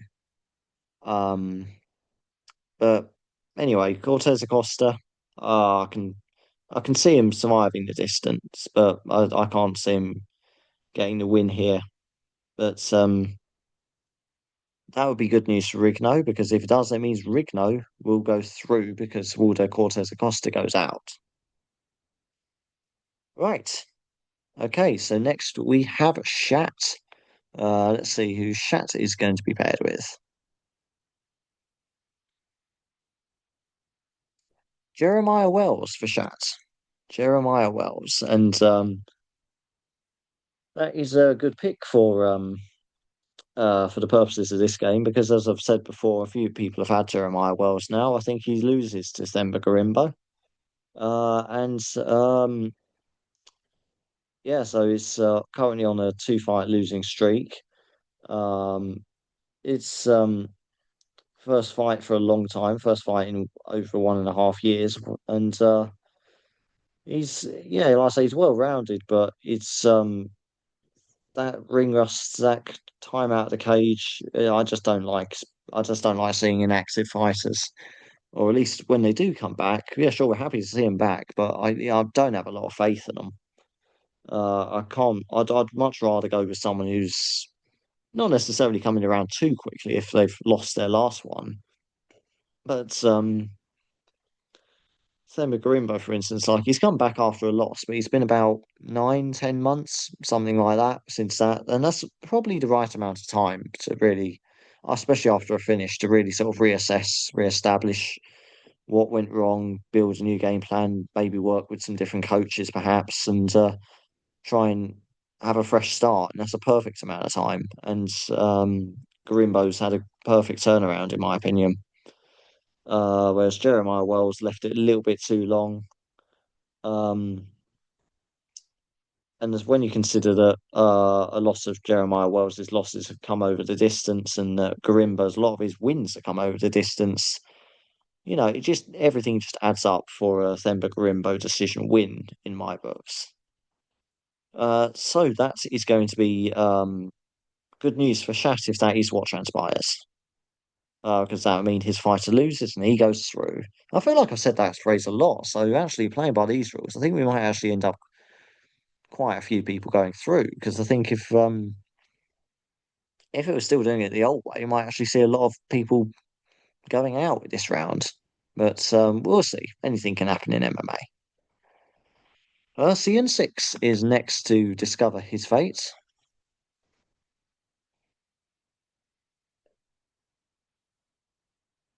Okay, yeah, no, this pretty much confirms it now. Talita Alencar uh, is going to be Talita Alencar versus Ariane Connor Lossy is pretty much going to be the unofficial Tapology Lucky Bastard Game main event. So unless more people get drawn with Cody Durden anyway, because how many is that now? I'm going to actually look at this because that is Talita Alencar. We've got A with him, so that's one. A with her rather, sorry. Um, Canhego Ruiz with Talita Alencar, so that's two. Um, da, da, da, da, da, da. I don't think I've missed another one off, have I? Oh, yep, Dr. Max is two. Talita Alencar, three. Foghorn Sam, four. Um, MMA Miyagi, our defending champion, five. That is, by my calculation, six people. Six people riding on the coattails of Talita Alencar, or riding on the BJJ gi of Talita Alencar, as I should say, given her grappling prowess. Interestingly, not a single person for her opponent so far. I don't believe, anyway. I could be mistaken, but I don't think there is. Um, and normally that would be great news, but this time I think anyone that gets drawn with Talita Alencar is going out because Talita Alencar is going to win, in my opinion, and I can't see any way that she doesn't. So that's kind of a group of death. I think all six of you, you're going to be tumbling out of the first round together under the unluckiest bastard game rule set. Oh dear, but yeah, not really much more I can add on to that. Plenty of experience outside of MMA in the grappling department. So I mean, that's I didn't mean it like that, but I mean, you know what I mean. But in terms of uh, Brazilian Jiu-Jitsu competitions, grappling martial arts, not the other kind of arts. It's yeah, that's um. Anyway, I think you're all going out. Basically, bye bye. I think you're all going out. Uh, hope to be proven wrong, um, but yeah, I think she wins and you all go out. Okay, Spockling next. So take on the wheel. Let's see who Spockling gets drawn with.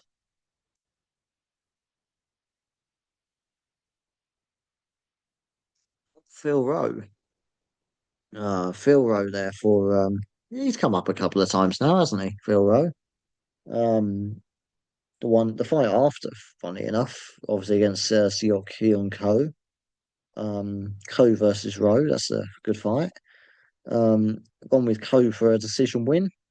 Uh, like I say, my only concern with Ko, as I've mentioned several times now, ironically, the opposite problems that Alenka has is with grappling.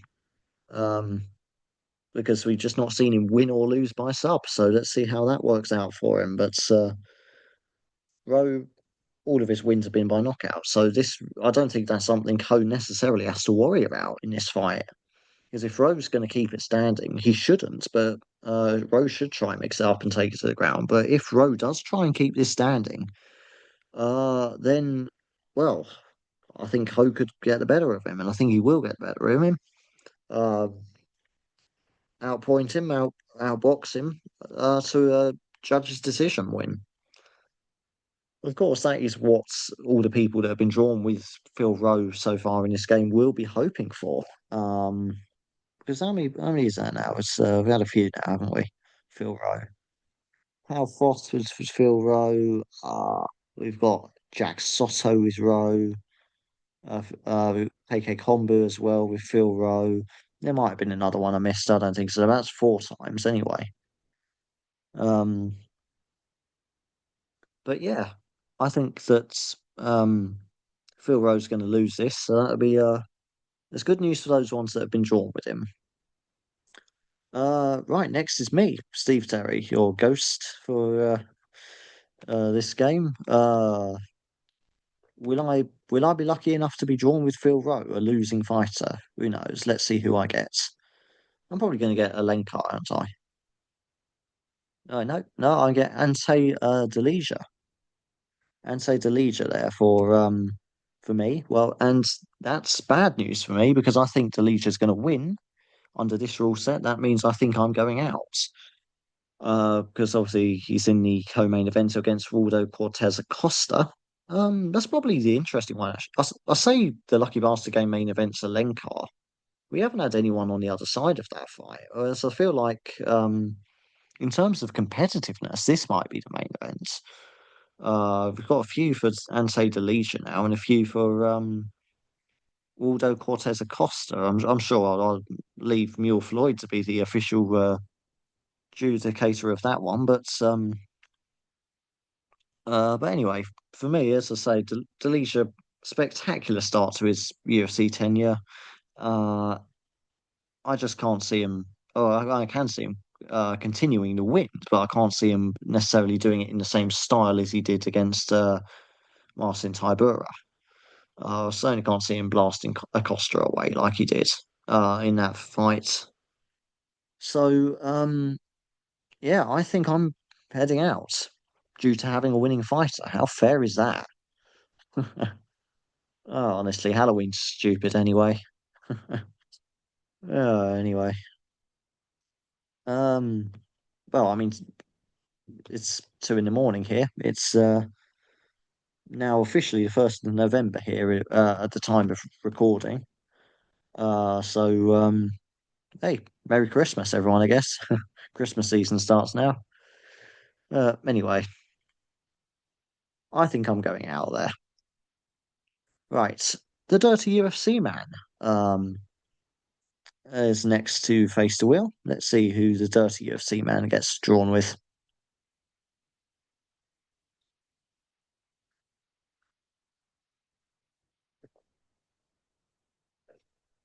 And that is Dante Johnson. Dante Johnson there for Dante for the Dirty UFC man. And yeah, that's absolute knockout venom so far, isn't he? He's been 6 fights into his pro career and knocked everybody out in the first round. So a heavy favourite, obviously. Normally that would be a good thing. This time it's a bad thing. But as I said earlier, I've got a sneaky prediction that Cedricus Dumas is going to win that fight. I think that Dumas is well, he's got more UFC experience under his belt. He's got more MMA experience under his belt. Yes, he's hittable. So and Dante does need to take an advantage of that. If Dumas is stupid enough to come out all guns blazing, fighting a reckless fight, which he is prone to do sometimes. That's the only reason I'm not 100% confident in him. Then obviously Johnson needs to take those chances. He needs to find those openings, take those chances when they're offered, and knock him out because Damas can be finished. He has been finished a few times in his career, and yeah, Dante Johnson, he needs to find those openings when they present themselves. Otherwise, Damas could outwit him, or certainly beat him on experience. Because if he just lets Johnson do whatever he wants in the first round, obviously not get finished by him, but fights a defensive first round, let Johnson gas himself out, and then take over in the second and then dominate the third, we could be looking at a late finish for Cedricus Dumas. Or at the very least, I think he's going to win by decision because he's shown he can go the distance before. And so, and we haven't seen Johnson go out of the first round, bearing in mind. Still very well showing, yes, he got that knockout power, point proven, but um, do you still have that power in the second round? We don't know. We haven't seen you in the second round, or at least not in your professional career. So I think that Damas is going to be the first fighter in his career to really take him into some deeper waters. And by that, I mean at least the second round. And then we're going to learn a lot more about Dante Johnson. We're going to learn a lot more about him. Um, but as it stands, if the bookmakers are right and I'm chatting a load of shit, which to be fair is probable, then Dante Johnson will go to 7-0. The UFC man will go out, or the dirty UFC man rather, will go out. Um, okay, so now we have the matchmaker. The matchmaker is next to discover his fate. Oh, Cedricus Dumas, the head-to-head of that. So that's Dante Johnson uh, versus Cedricus Dumas. Obviously, the UFC man versus the matchmaker, and a few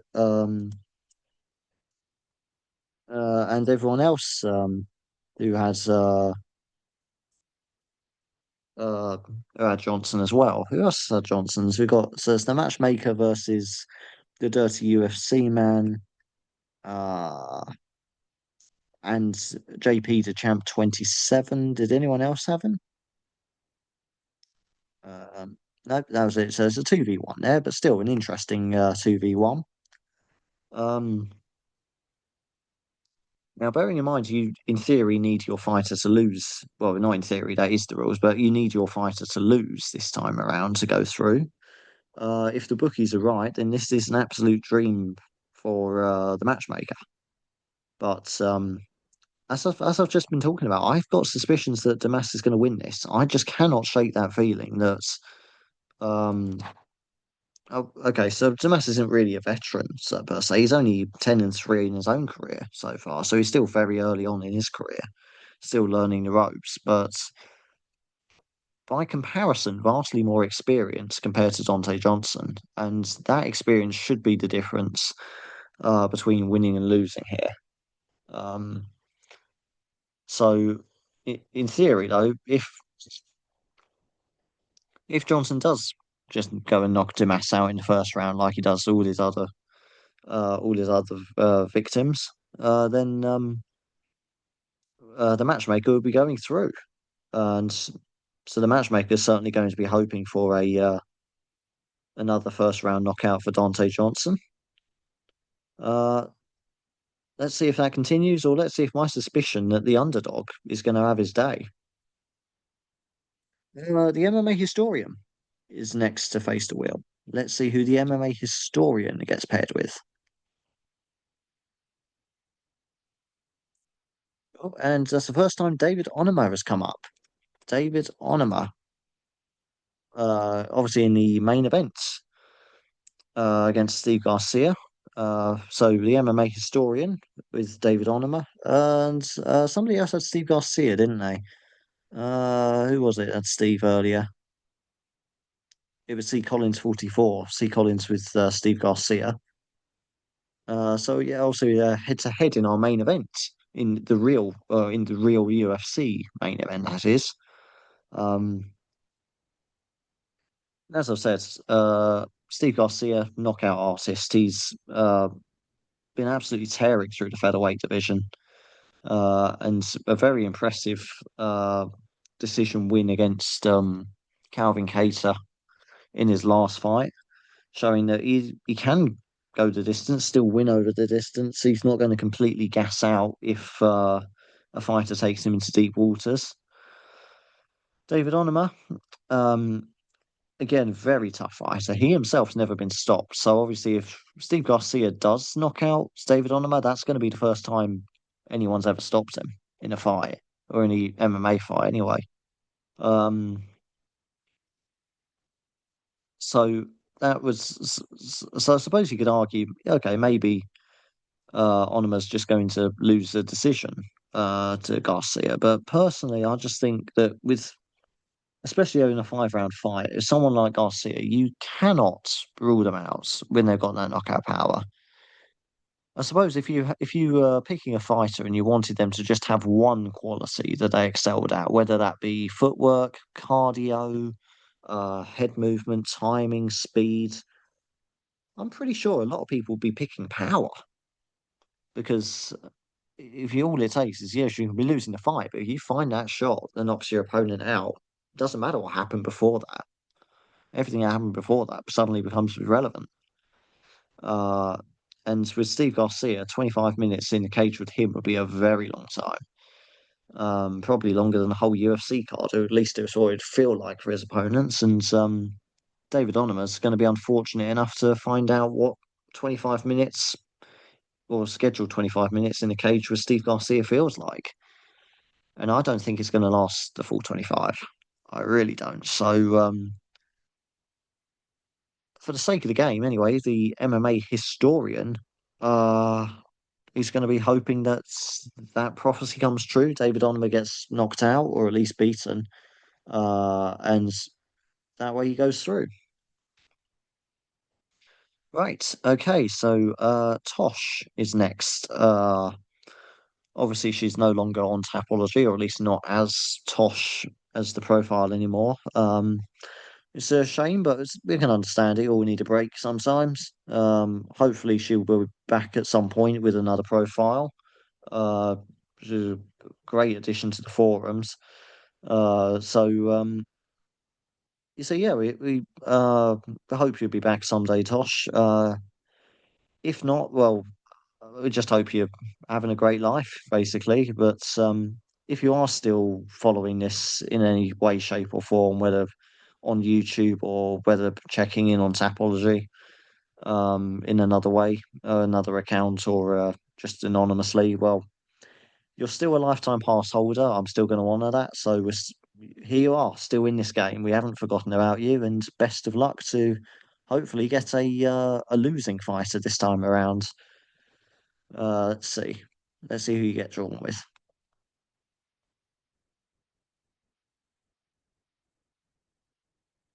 Oh, okay. Daniel Frunzer, brand new fighter. First time Daniel Frunzer has come up in this game. So Daniel Frunzer there for Tosh.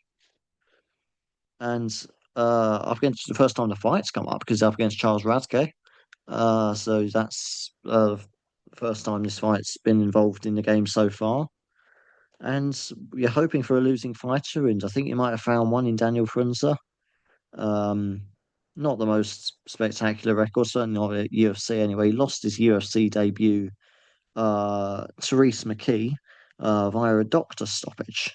Um, he did have a decent little run in the LFA, a couple of fights there, got a couple of wins there. Generally, is a knockout artist, but is from what we've seen of his ground game, it's a big weakness. He's been finished on the ground a few times. Charles Radke, on the other hand, 3-2 in the UFC, so he's not exactly setting the UFC alight either himself, but it's still at least he's got a winning record and he's showing that he's at least competitive with the others in the UFC. Prefers to keep it standing. I think that would work in Daniel's favour as well, to be honest. I think Daniel would prefer to keep it standing too. Um, he's had a couple of recent knockout losses though. Those two losses on his UFC records. Um, it obviously it's never good to lose by knockout, but when you name the fighters, they're Mike Malott and Carlos Prates. So they're very good fighters. Definitely Carlos Prates especially. So that was the one where he got kneed in the I think it was the ribs. So it was into the body anyway. And yeah, no, there's not many fighters on the roster that stood up to that kind of knee. So I don't think we can really take too much away from him from losing to Malott and Prates. Um, as I said, Frunzer, his big weakness seems to be on the ground. Will Charles Radke take it to the ground? I know he's a preferred striker, but he should. But will he take it to the ground? That's the big question. But in any case, even if he does just rely on his striking, I still think he wins that striking duel. Maybe not knocks him out, definitely enough to win a decision. And that's what I've gone for there for Charles Radke to win the decision against Daniel Frunzer. Although I will admit that is more of a reflection on how little I rank Daniel Frunzer rather than Charles Radke, his own abilities. But still, for the sake of the game, Tosh needed a losing fighter, and I'm enjoying Daniel Frunzer. So good chance of getting through this first round with these odd rule set. Okay, Trail Allman is next to discover who awaits him.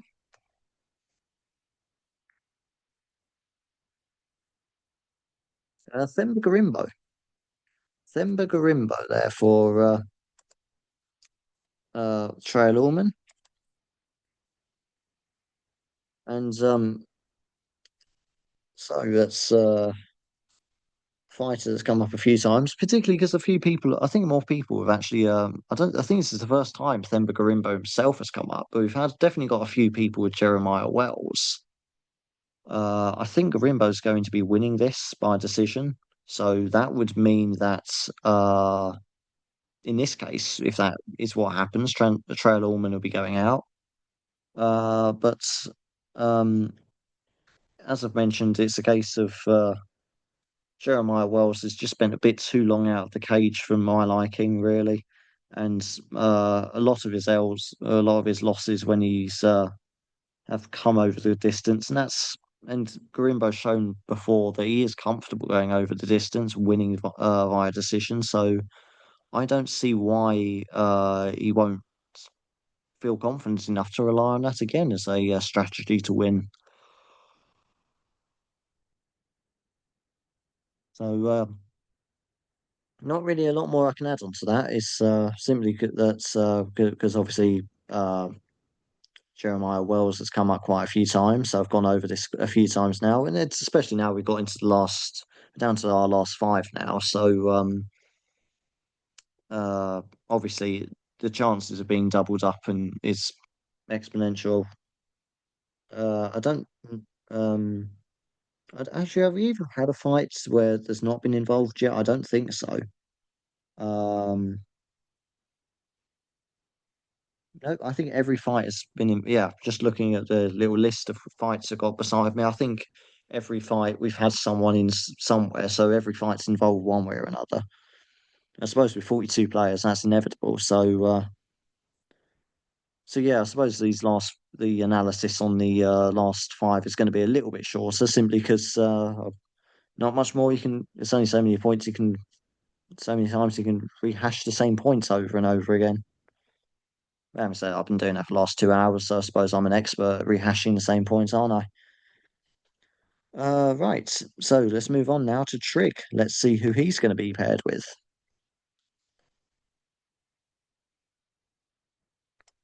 And Trig gets Steve Garcia, who obviously, as I've just mentioned, the main event up against David Onama.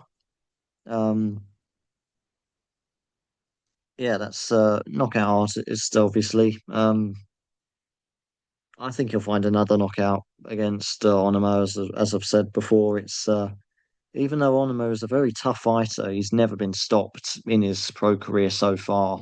And even though I'd say that I feel like in terms of ground game, especially Onama is we've seen more of him. Whether he's better on the ground than Garcia, I wouldn't be surprised if he is. But it'd be interesting to see how much of a factor that might be. Is that going to be part of his game plan? Is he going to try and smother the offense of Steve Garcia with grappling, try and tie him up, not let him get any shots out? And I mean, it wouldn't be a bad tactic. Um, that's probably his best chance, really. You don't want to be letting Steve Garcia get comfortable in the striking range. That's a death wish. But Onuma himself is shown before he prefers to strike, and he's good at. I mean, you put 99% of the people in the world in a boxing match against David Onuma, and David Onuma wins most of those times. But Steve Garcia would be in that other 1%. Uh, and yeah, I think maybe feel like I'm discrediting Onuma a little bit by saying a second round knockout for Garcia, but he could last a bit longer than that. And obviously, Garcia, with being a 5 round fight, he's got more time this time around. But generally speaking, his finishes have come early, usually in the first or second round. Um, so there's no reason to suggest why he might suddenly start finishing people later in fights, but we'll see. Uh, in any case, for the purposes of the game, I think Garcia wins, which will mean that this time Trig would be going out. Uh, So yeah, make that make sense. Right. Okay. So back to the marriage counselors and the divorce attorneys at the ready. The most heartbreaking divorce in MMA history. It's yeah, it's sad how things have gone with the breakup of Trostradamus, but we wish them both well, and it seems to have been a mutual breakup. It seems that they both happily moving on in their separate ways, remaining close friends, especially for the sake of the kids, bless them. But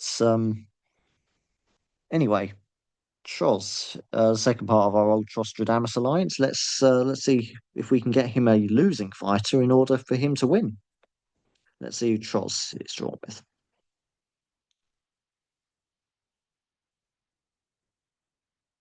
Oh, yeah, there we go. Timmy Kawamba.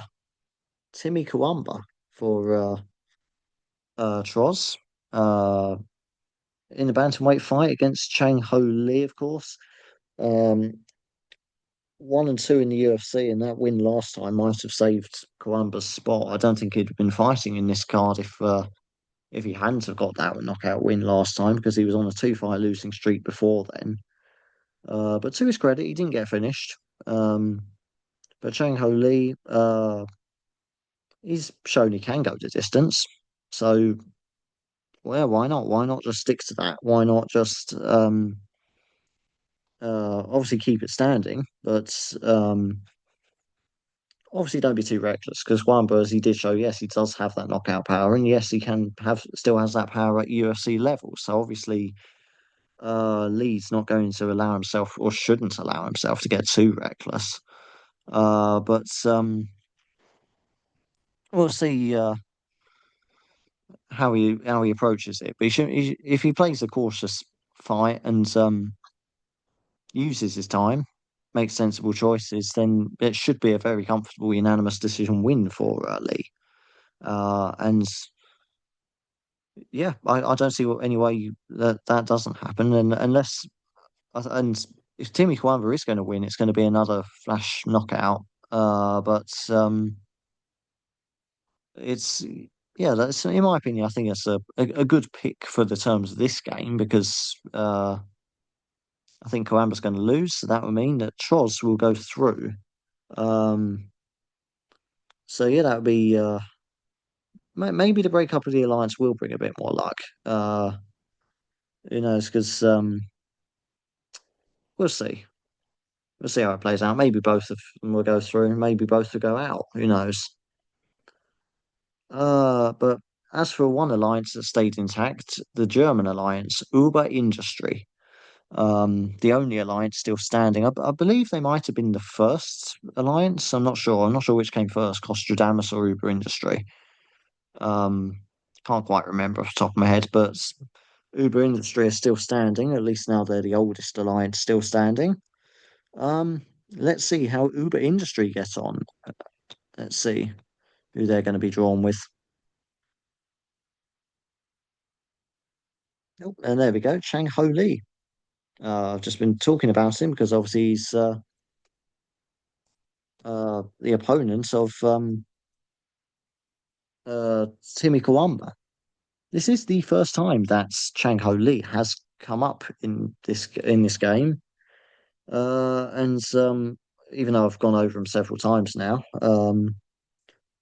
it's simply because it's everyone else has been drawn with Kawamba. But yeah, I was going back to focus on Lee, 11-1 in his career, 2-0 in the UFC. Had that win over in ONE FC as well, which is still massive over in Asia. It's still the number one MMA promotion out there. So that's even though it's only one fight, that's nothing to be sniffed at, and that's why I thought it was worth mentioning. And what we saw of him in the road to UFC as well, even though it's not quite the same level as ONE Fighting Championship, it was still a very good competitive program because the UFC were looking to find more talent, particularly over in South Korea, um, for the roster. And they found a good one there. They found a good talent in Chang Ho Lee. He looked good on that show, and now we just need to see a little bit more of him in the UFC. But let's see how he does. 2-0, off to a good start. Maybe he'll be the next Korean zombie. Who knows? But wouldn't that be appropriate for Halloween? But anyway, Uber Industry with Chang Ho Lee, who I think is going to win, which is actually bad news. I kind of forgot that point, but yes, that's bad news this time for Uber Industry. They'll be hoping that Kawamba can pull off a bit of an upset, which will obviously upset the other people that have all been drawn with Kawamba. Oh, the permutations of this game can be fascinating at times. Right, down to our penultimate one now. Vazk 88. Let's see, Vazquez. I believe this is actually his debut as well. So good luck on your debut. Welcome to Lucky Bastard Game. I could be wrong. And you get Ariane Carnelossi, first person uh to have Carnelossi. Even though it seems like everybody else has been drawn with her opponent, Helita Alenka, of course. Salita Alenka, the grappling ace, she should win this. She should win. I think, as I mentioned earlier, I think there's still about another six people drawn with Alenka.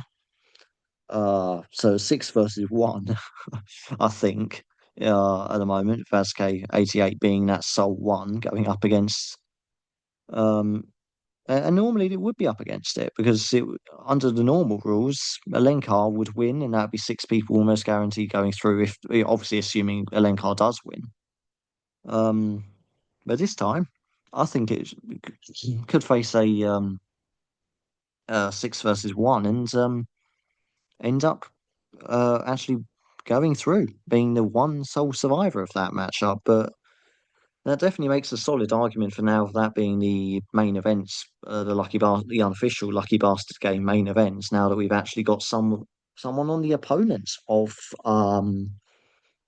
uh the opponent of Talita Alenka. Um,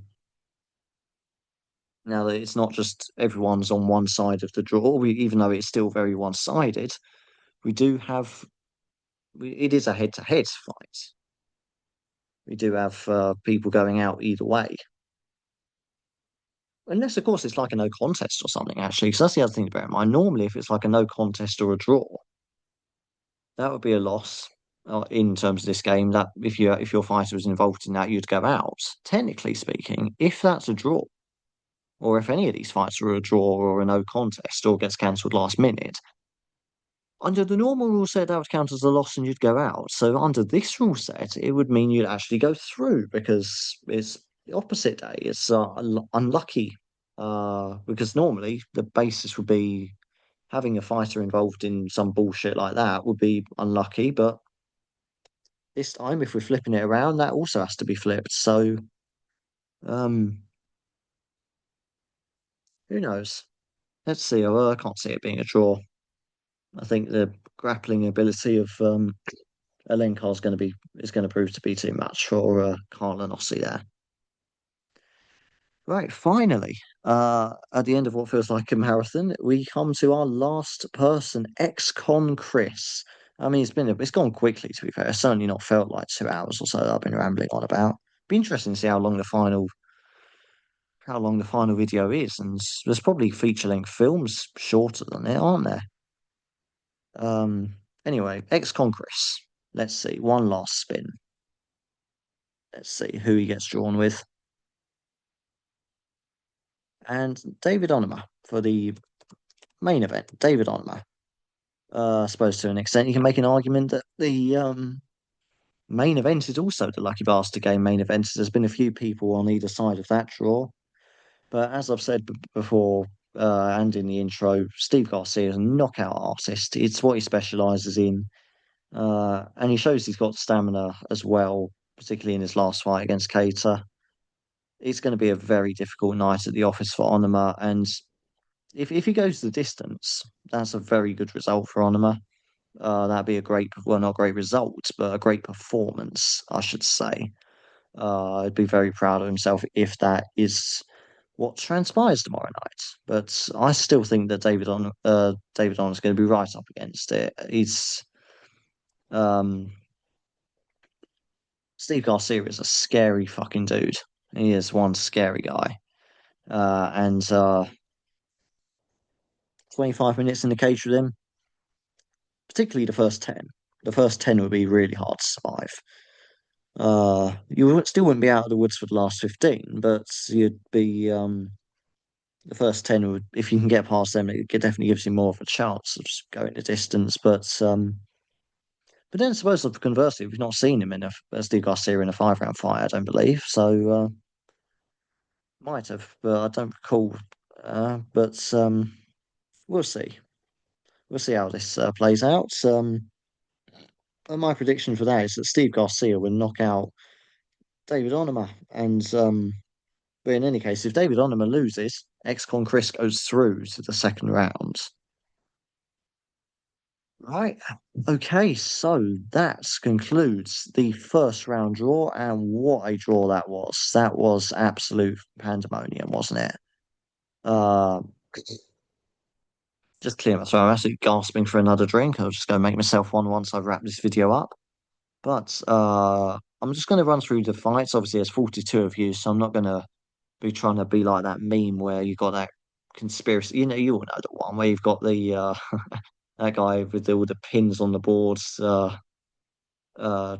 showing all the different matchups conspiracy. I don't know what that's actually from originally, so I don't know what scene or movie it's from. But I'm sure you. I mean, we're all internet dwellers. I'm sure we're all familiar with that particular meme. But I'm not going to be like that. I'm just going to run through the names and yeah, just clarify who's been drawn with who. So obviously just make sure I am sharing the screen because it's getting late now, getting starting to get tired. Make sure I haven't made a simple mistake like that. Right. Okay, so we have A or Alaf Myosov and AC with Talita Alencar, Baron Von Rattus with Kevin Christian, Bellatrix with Cody Durden, Boom Shakalaka with Norma Dumont, Cal Foth with Phil Rowe, Ken Hager Ariz with Talita Alencar, C. Collins 44 with Steve Garcia, Cheeseball with Cody Durden, Chips Mac with Norma Dumont, Cool Hand Puke with Jeremiah Wells, Costra Damas with Yadier Del Val, D1D4K10 with Timmy Kawamba, Damien Handel 420 with Cody Durden, Dr. Maxis 2 with Talisa Alencar, El Guapo with Cody Durden, Foghorn Sam with Talita Alencar, Geneva 65 with Waldo Cortez Acosta, Grahamon with Jeremiah Wells, It's Your Boy SB with Ketlin Vieira, Jack Soto with Phil Rowe, JP DeChamp 27 with Dante Johnson, KK Kombu with Phil Rowe, Knife Rusty with Kevin Christian, Cushy Cake with Ante Delija, our reigning, defending, undisputed, undefeated Lucky Bastard Game champion, MMA Miyagi with Talita Alencar, Mule Floyd with Timmy Kawamba, Piggybank with Montserrat Conego Ruiz, Rigno with Waldo Cortez Acosta, Shat with Jeremiah Wells, Sion6 with Talita Alencar, Spockling with Phil Rowe, me, Steve Terry, your ghost, with Ante Delija, the Dirty UFC Man with Dante Johnson, the Matchmaker with Cedrica Dumas, the MMA Historian with David Onama, Tosh with Daniel Frunza, Trail Allman with Themba Garimbo, Trig with Steve Garcia, Troz with Timmy Kawamba, Uber Industry, our only alliance remaining, with Chang Ho Lee, Vazk 88 with Ariane Carnelossi, and Excon Chris with David Onama. So that concludes the first round draw for the 33rd edition of the Tapology Lucky Bastard Game. Uh, that is a hell of a a hell of a round. I can't wait for this to unfold tomorrow. This is going to be. It can be tiring at times, but it is all worth it. Trust me. This is what we live for. Uh, but um, but yeah, it'd be interesting to see how these permutations play out in the cage tomorrow night. Of course, especially with hoping that you lose. So you're going to be rooting for these fighters to be knocked out. So you're rooting for them to get submitted. You're rooting them to get the wrong end of a judge's decision. Uh, it's sickening when you think about it. It is sickening. We are terrible people. But let's.